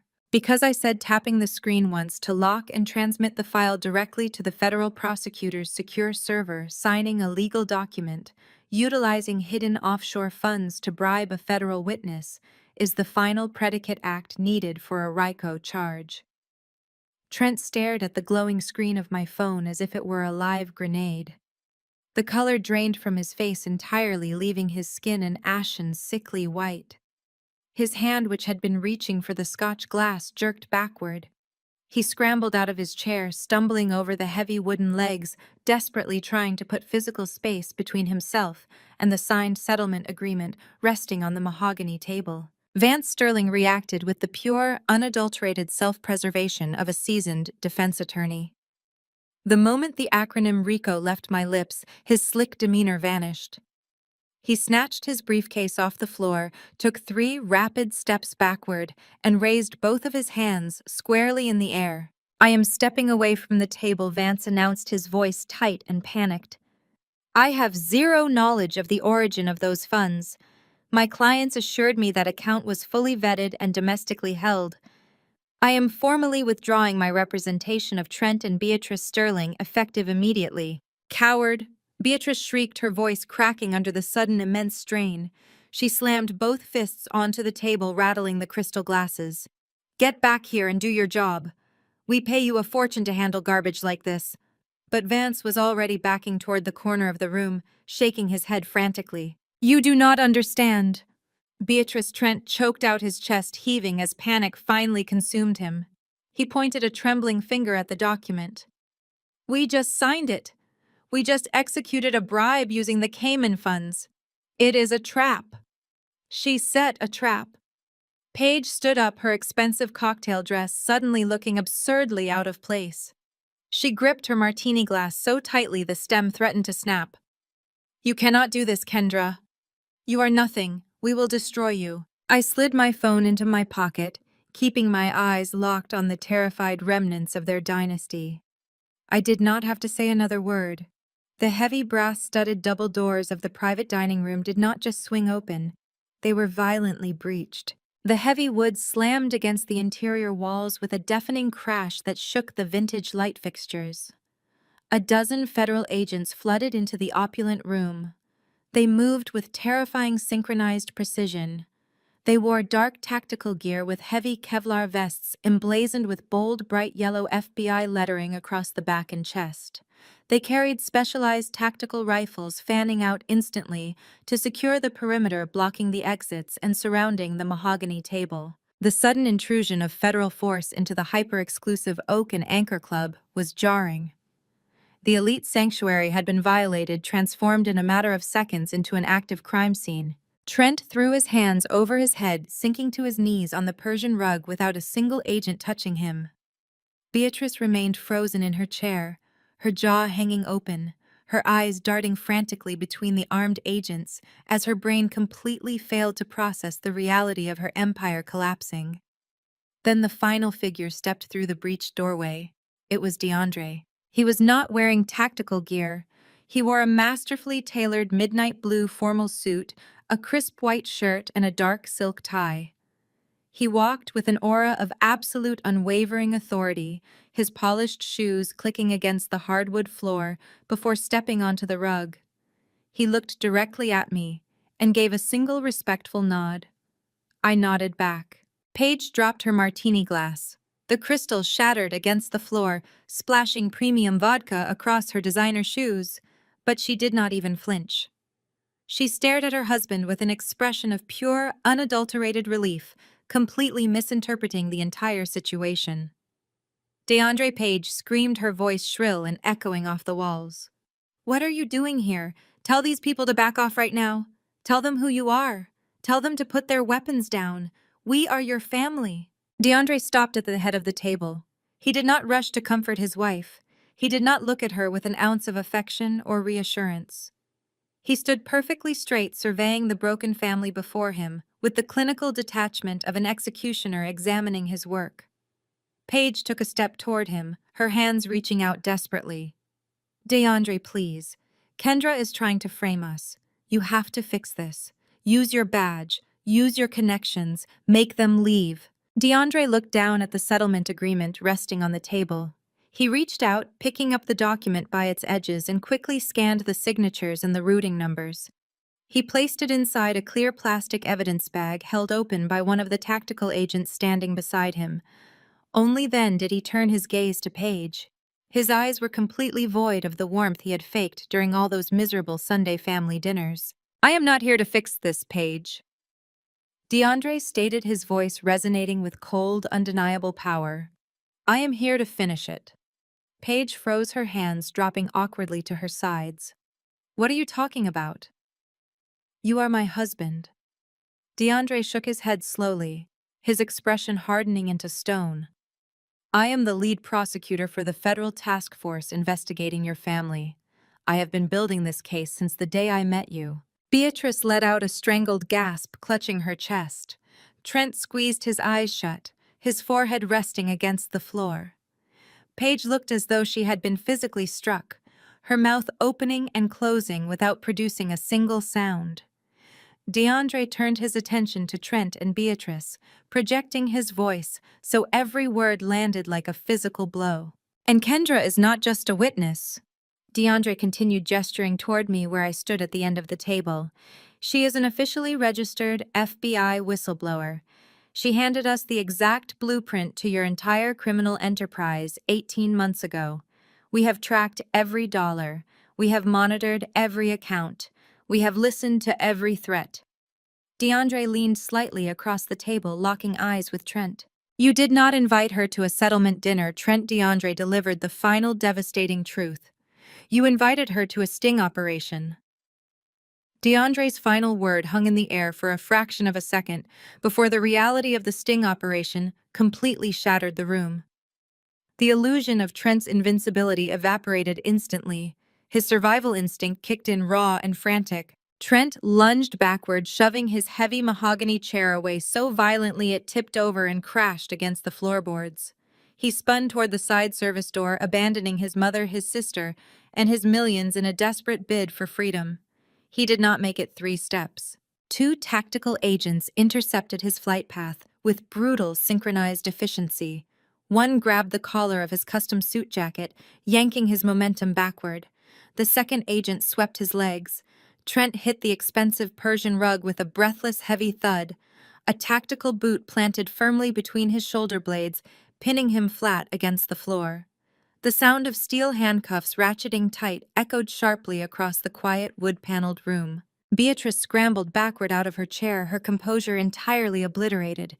She pressed her back against the velvet curtains, her manicured hands flying to her throat to clutch her heavy diamond and pearl necklace.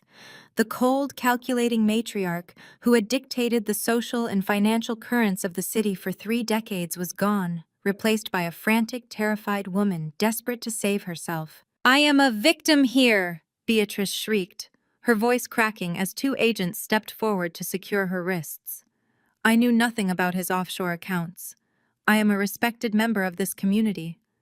I sit on the hospital board. Do not touch me." Her protests fell on completely deaf ears. The agents secured her wrists with clinical precision, ignoring her frantic demands for a lawyer. The chaos of the takedown spilled out into the opulent hallway of the Oak and Anchor. Through the wide-open double doors, a secondary squad of federal agents marched another prisoner toward the secure exit elevators. It was Sienna. She wore a rumpled designer blazer and heavy steel handcuffs, her usually immaculate makeup entirely smeared down her cheeks from crying. As she was paraded past the open doors of our private dining room, she caught sight of Trent pinned to the floor. She stopped walking, planting her feet so firmly the agent escorting her had to halt. "He made me do it!" Sienna screamed, her voice bordering on hysterical as she pointed her cuffed hands toward the floor. "Trent forced me to falsify those ledgers. He threatened to ruin my career. I told the feds everything, Trent. I gave them the hard drives. I gave them the encrypted passwords. Everything." An agent nudged her forward and Sienna disappeared down the corridor, her sobs echoing off the marble walls.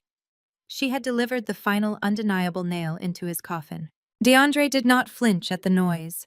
He remained a portrait of absolute unyielding calm amidst the wreckage of his in-laws' empire.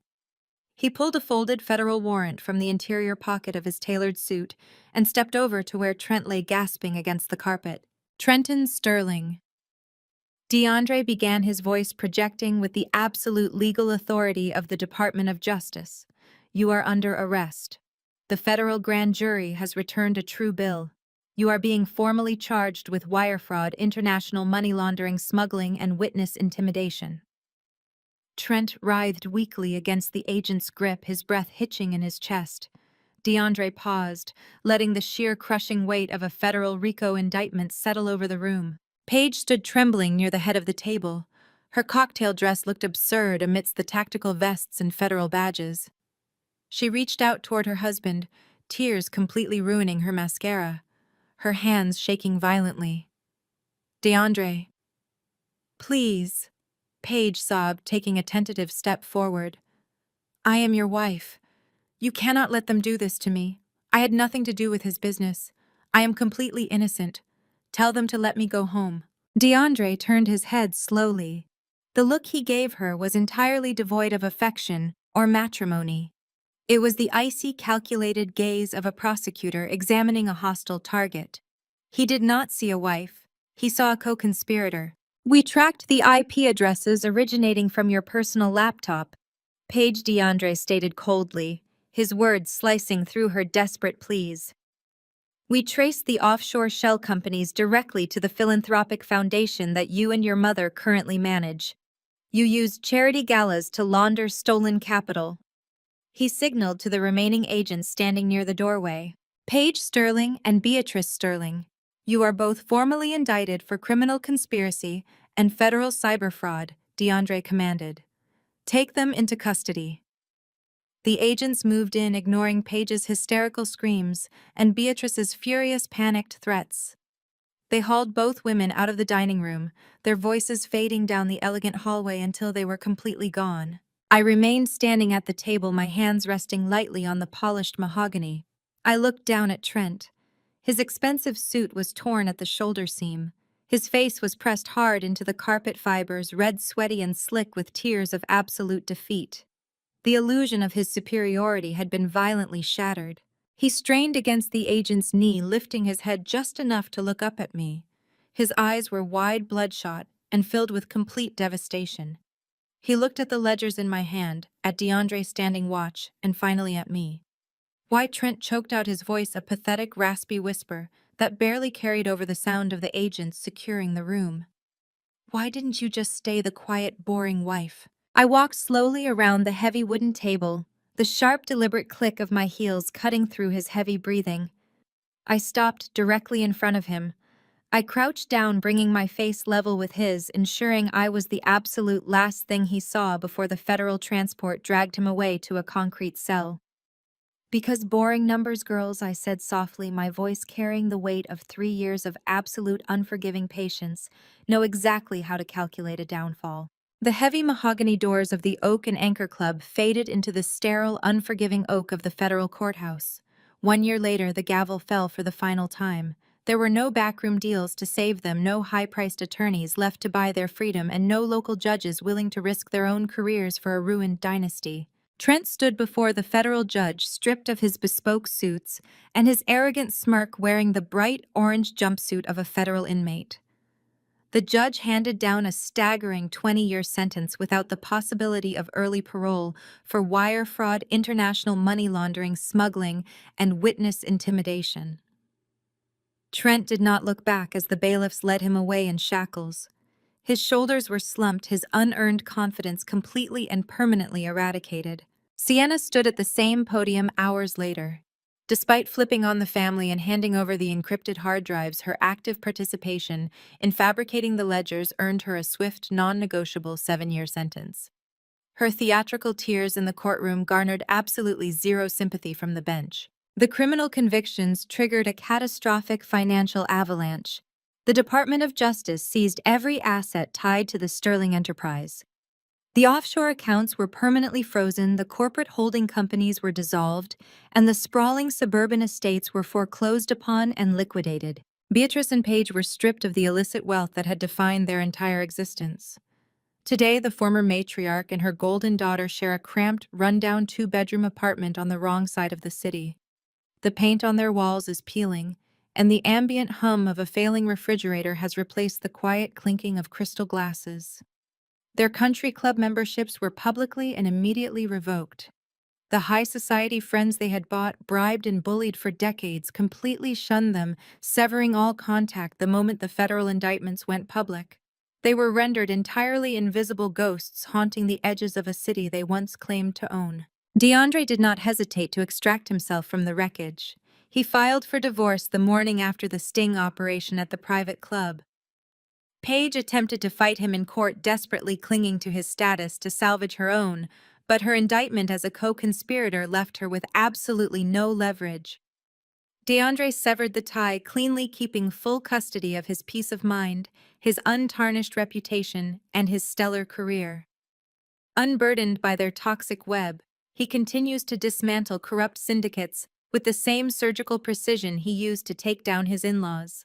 My reality shifted from the quiet, suffocating suburbs to the relentless electric pulse of Manhattan. I stood at the head of a sprawling, glass-walled boardroom on the 65th floor of a massive Wall Street skyscraper. I smoothed the lapels of my flawless, tailored navy blazer, looking out over the panoramic view of the New York City skyline. The transition was not just geographic, it was a complete professional metamorphosis. I had not just survived the Sterling family's attempt to bury me, I had weaponized their downfall. The global financial firm that recruited me did not see a liability, they saw a weapon. Yesterday, I was officially promoted to Global Director of Forensic Investigations. I now command an entire division of elite auditors, tearing down corrupt conglomerates and exposing financial rot on an international scale. A soft chime broke the quiet hum of the empty boardroom. I reached into my pocket and pulled out my phone, glancing at the glowing screen. It was a secure notification from my banking institution. The deposit had just cleared.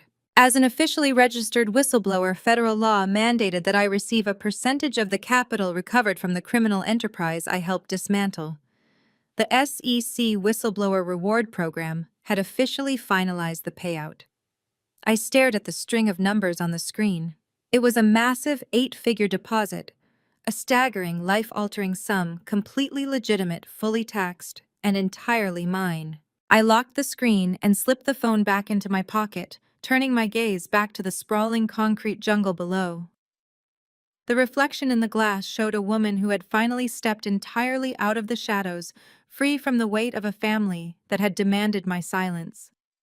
They told me I was nothing but a calculator. They were right. I calculated their sins, I calculated their hubris, and in the end, I calculated their absolute ruin. The most profound lesson from this narrative is that blood does not automatically dictate loyalty, and family is sometimes the first to underestimate your true value.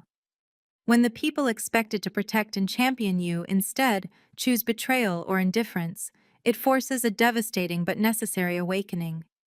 True security and self-worth cannot be inherited or granted by others. They must be fiercely cultivated from within.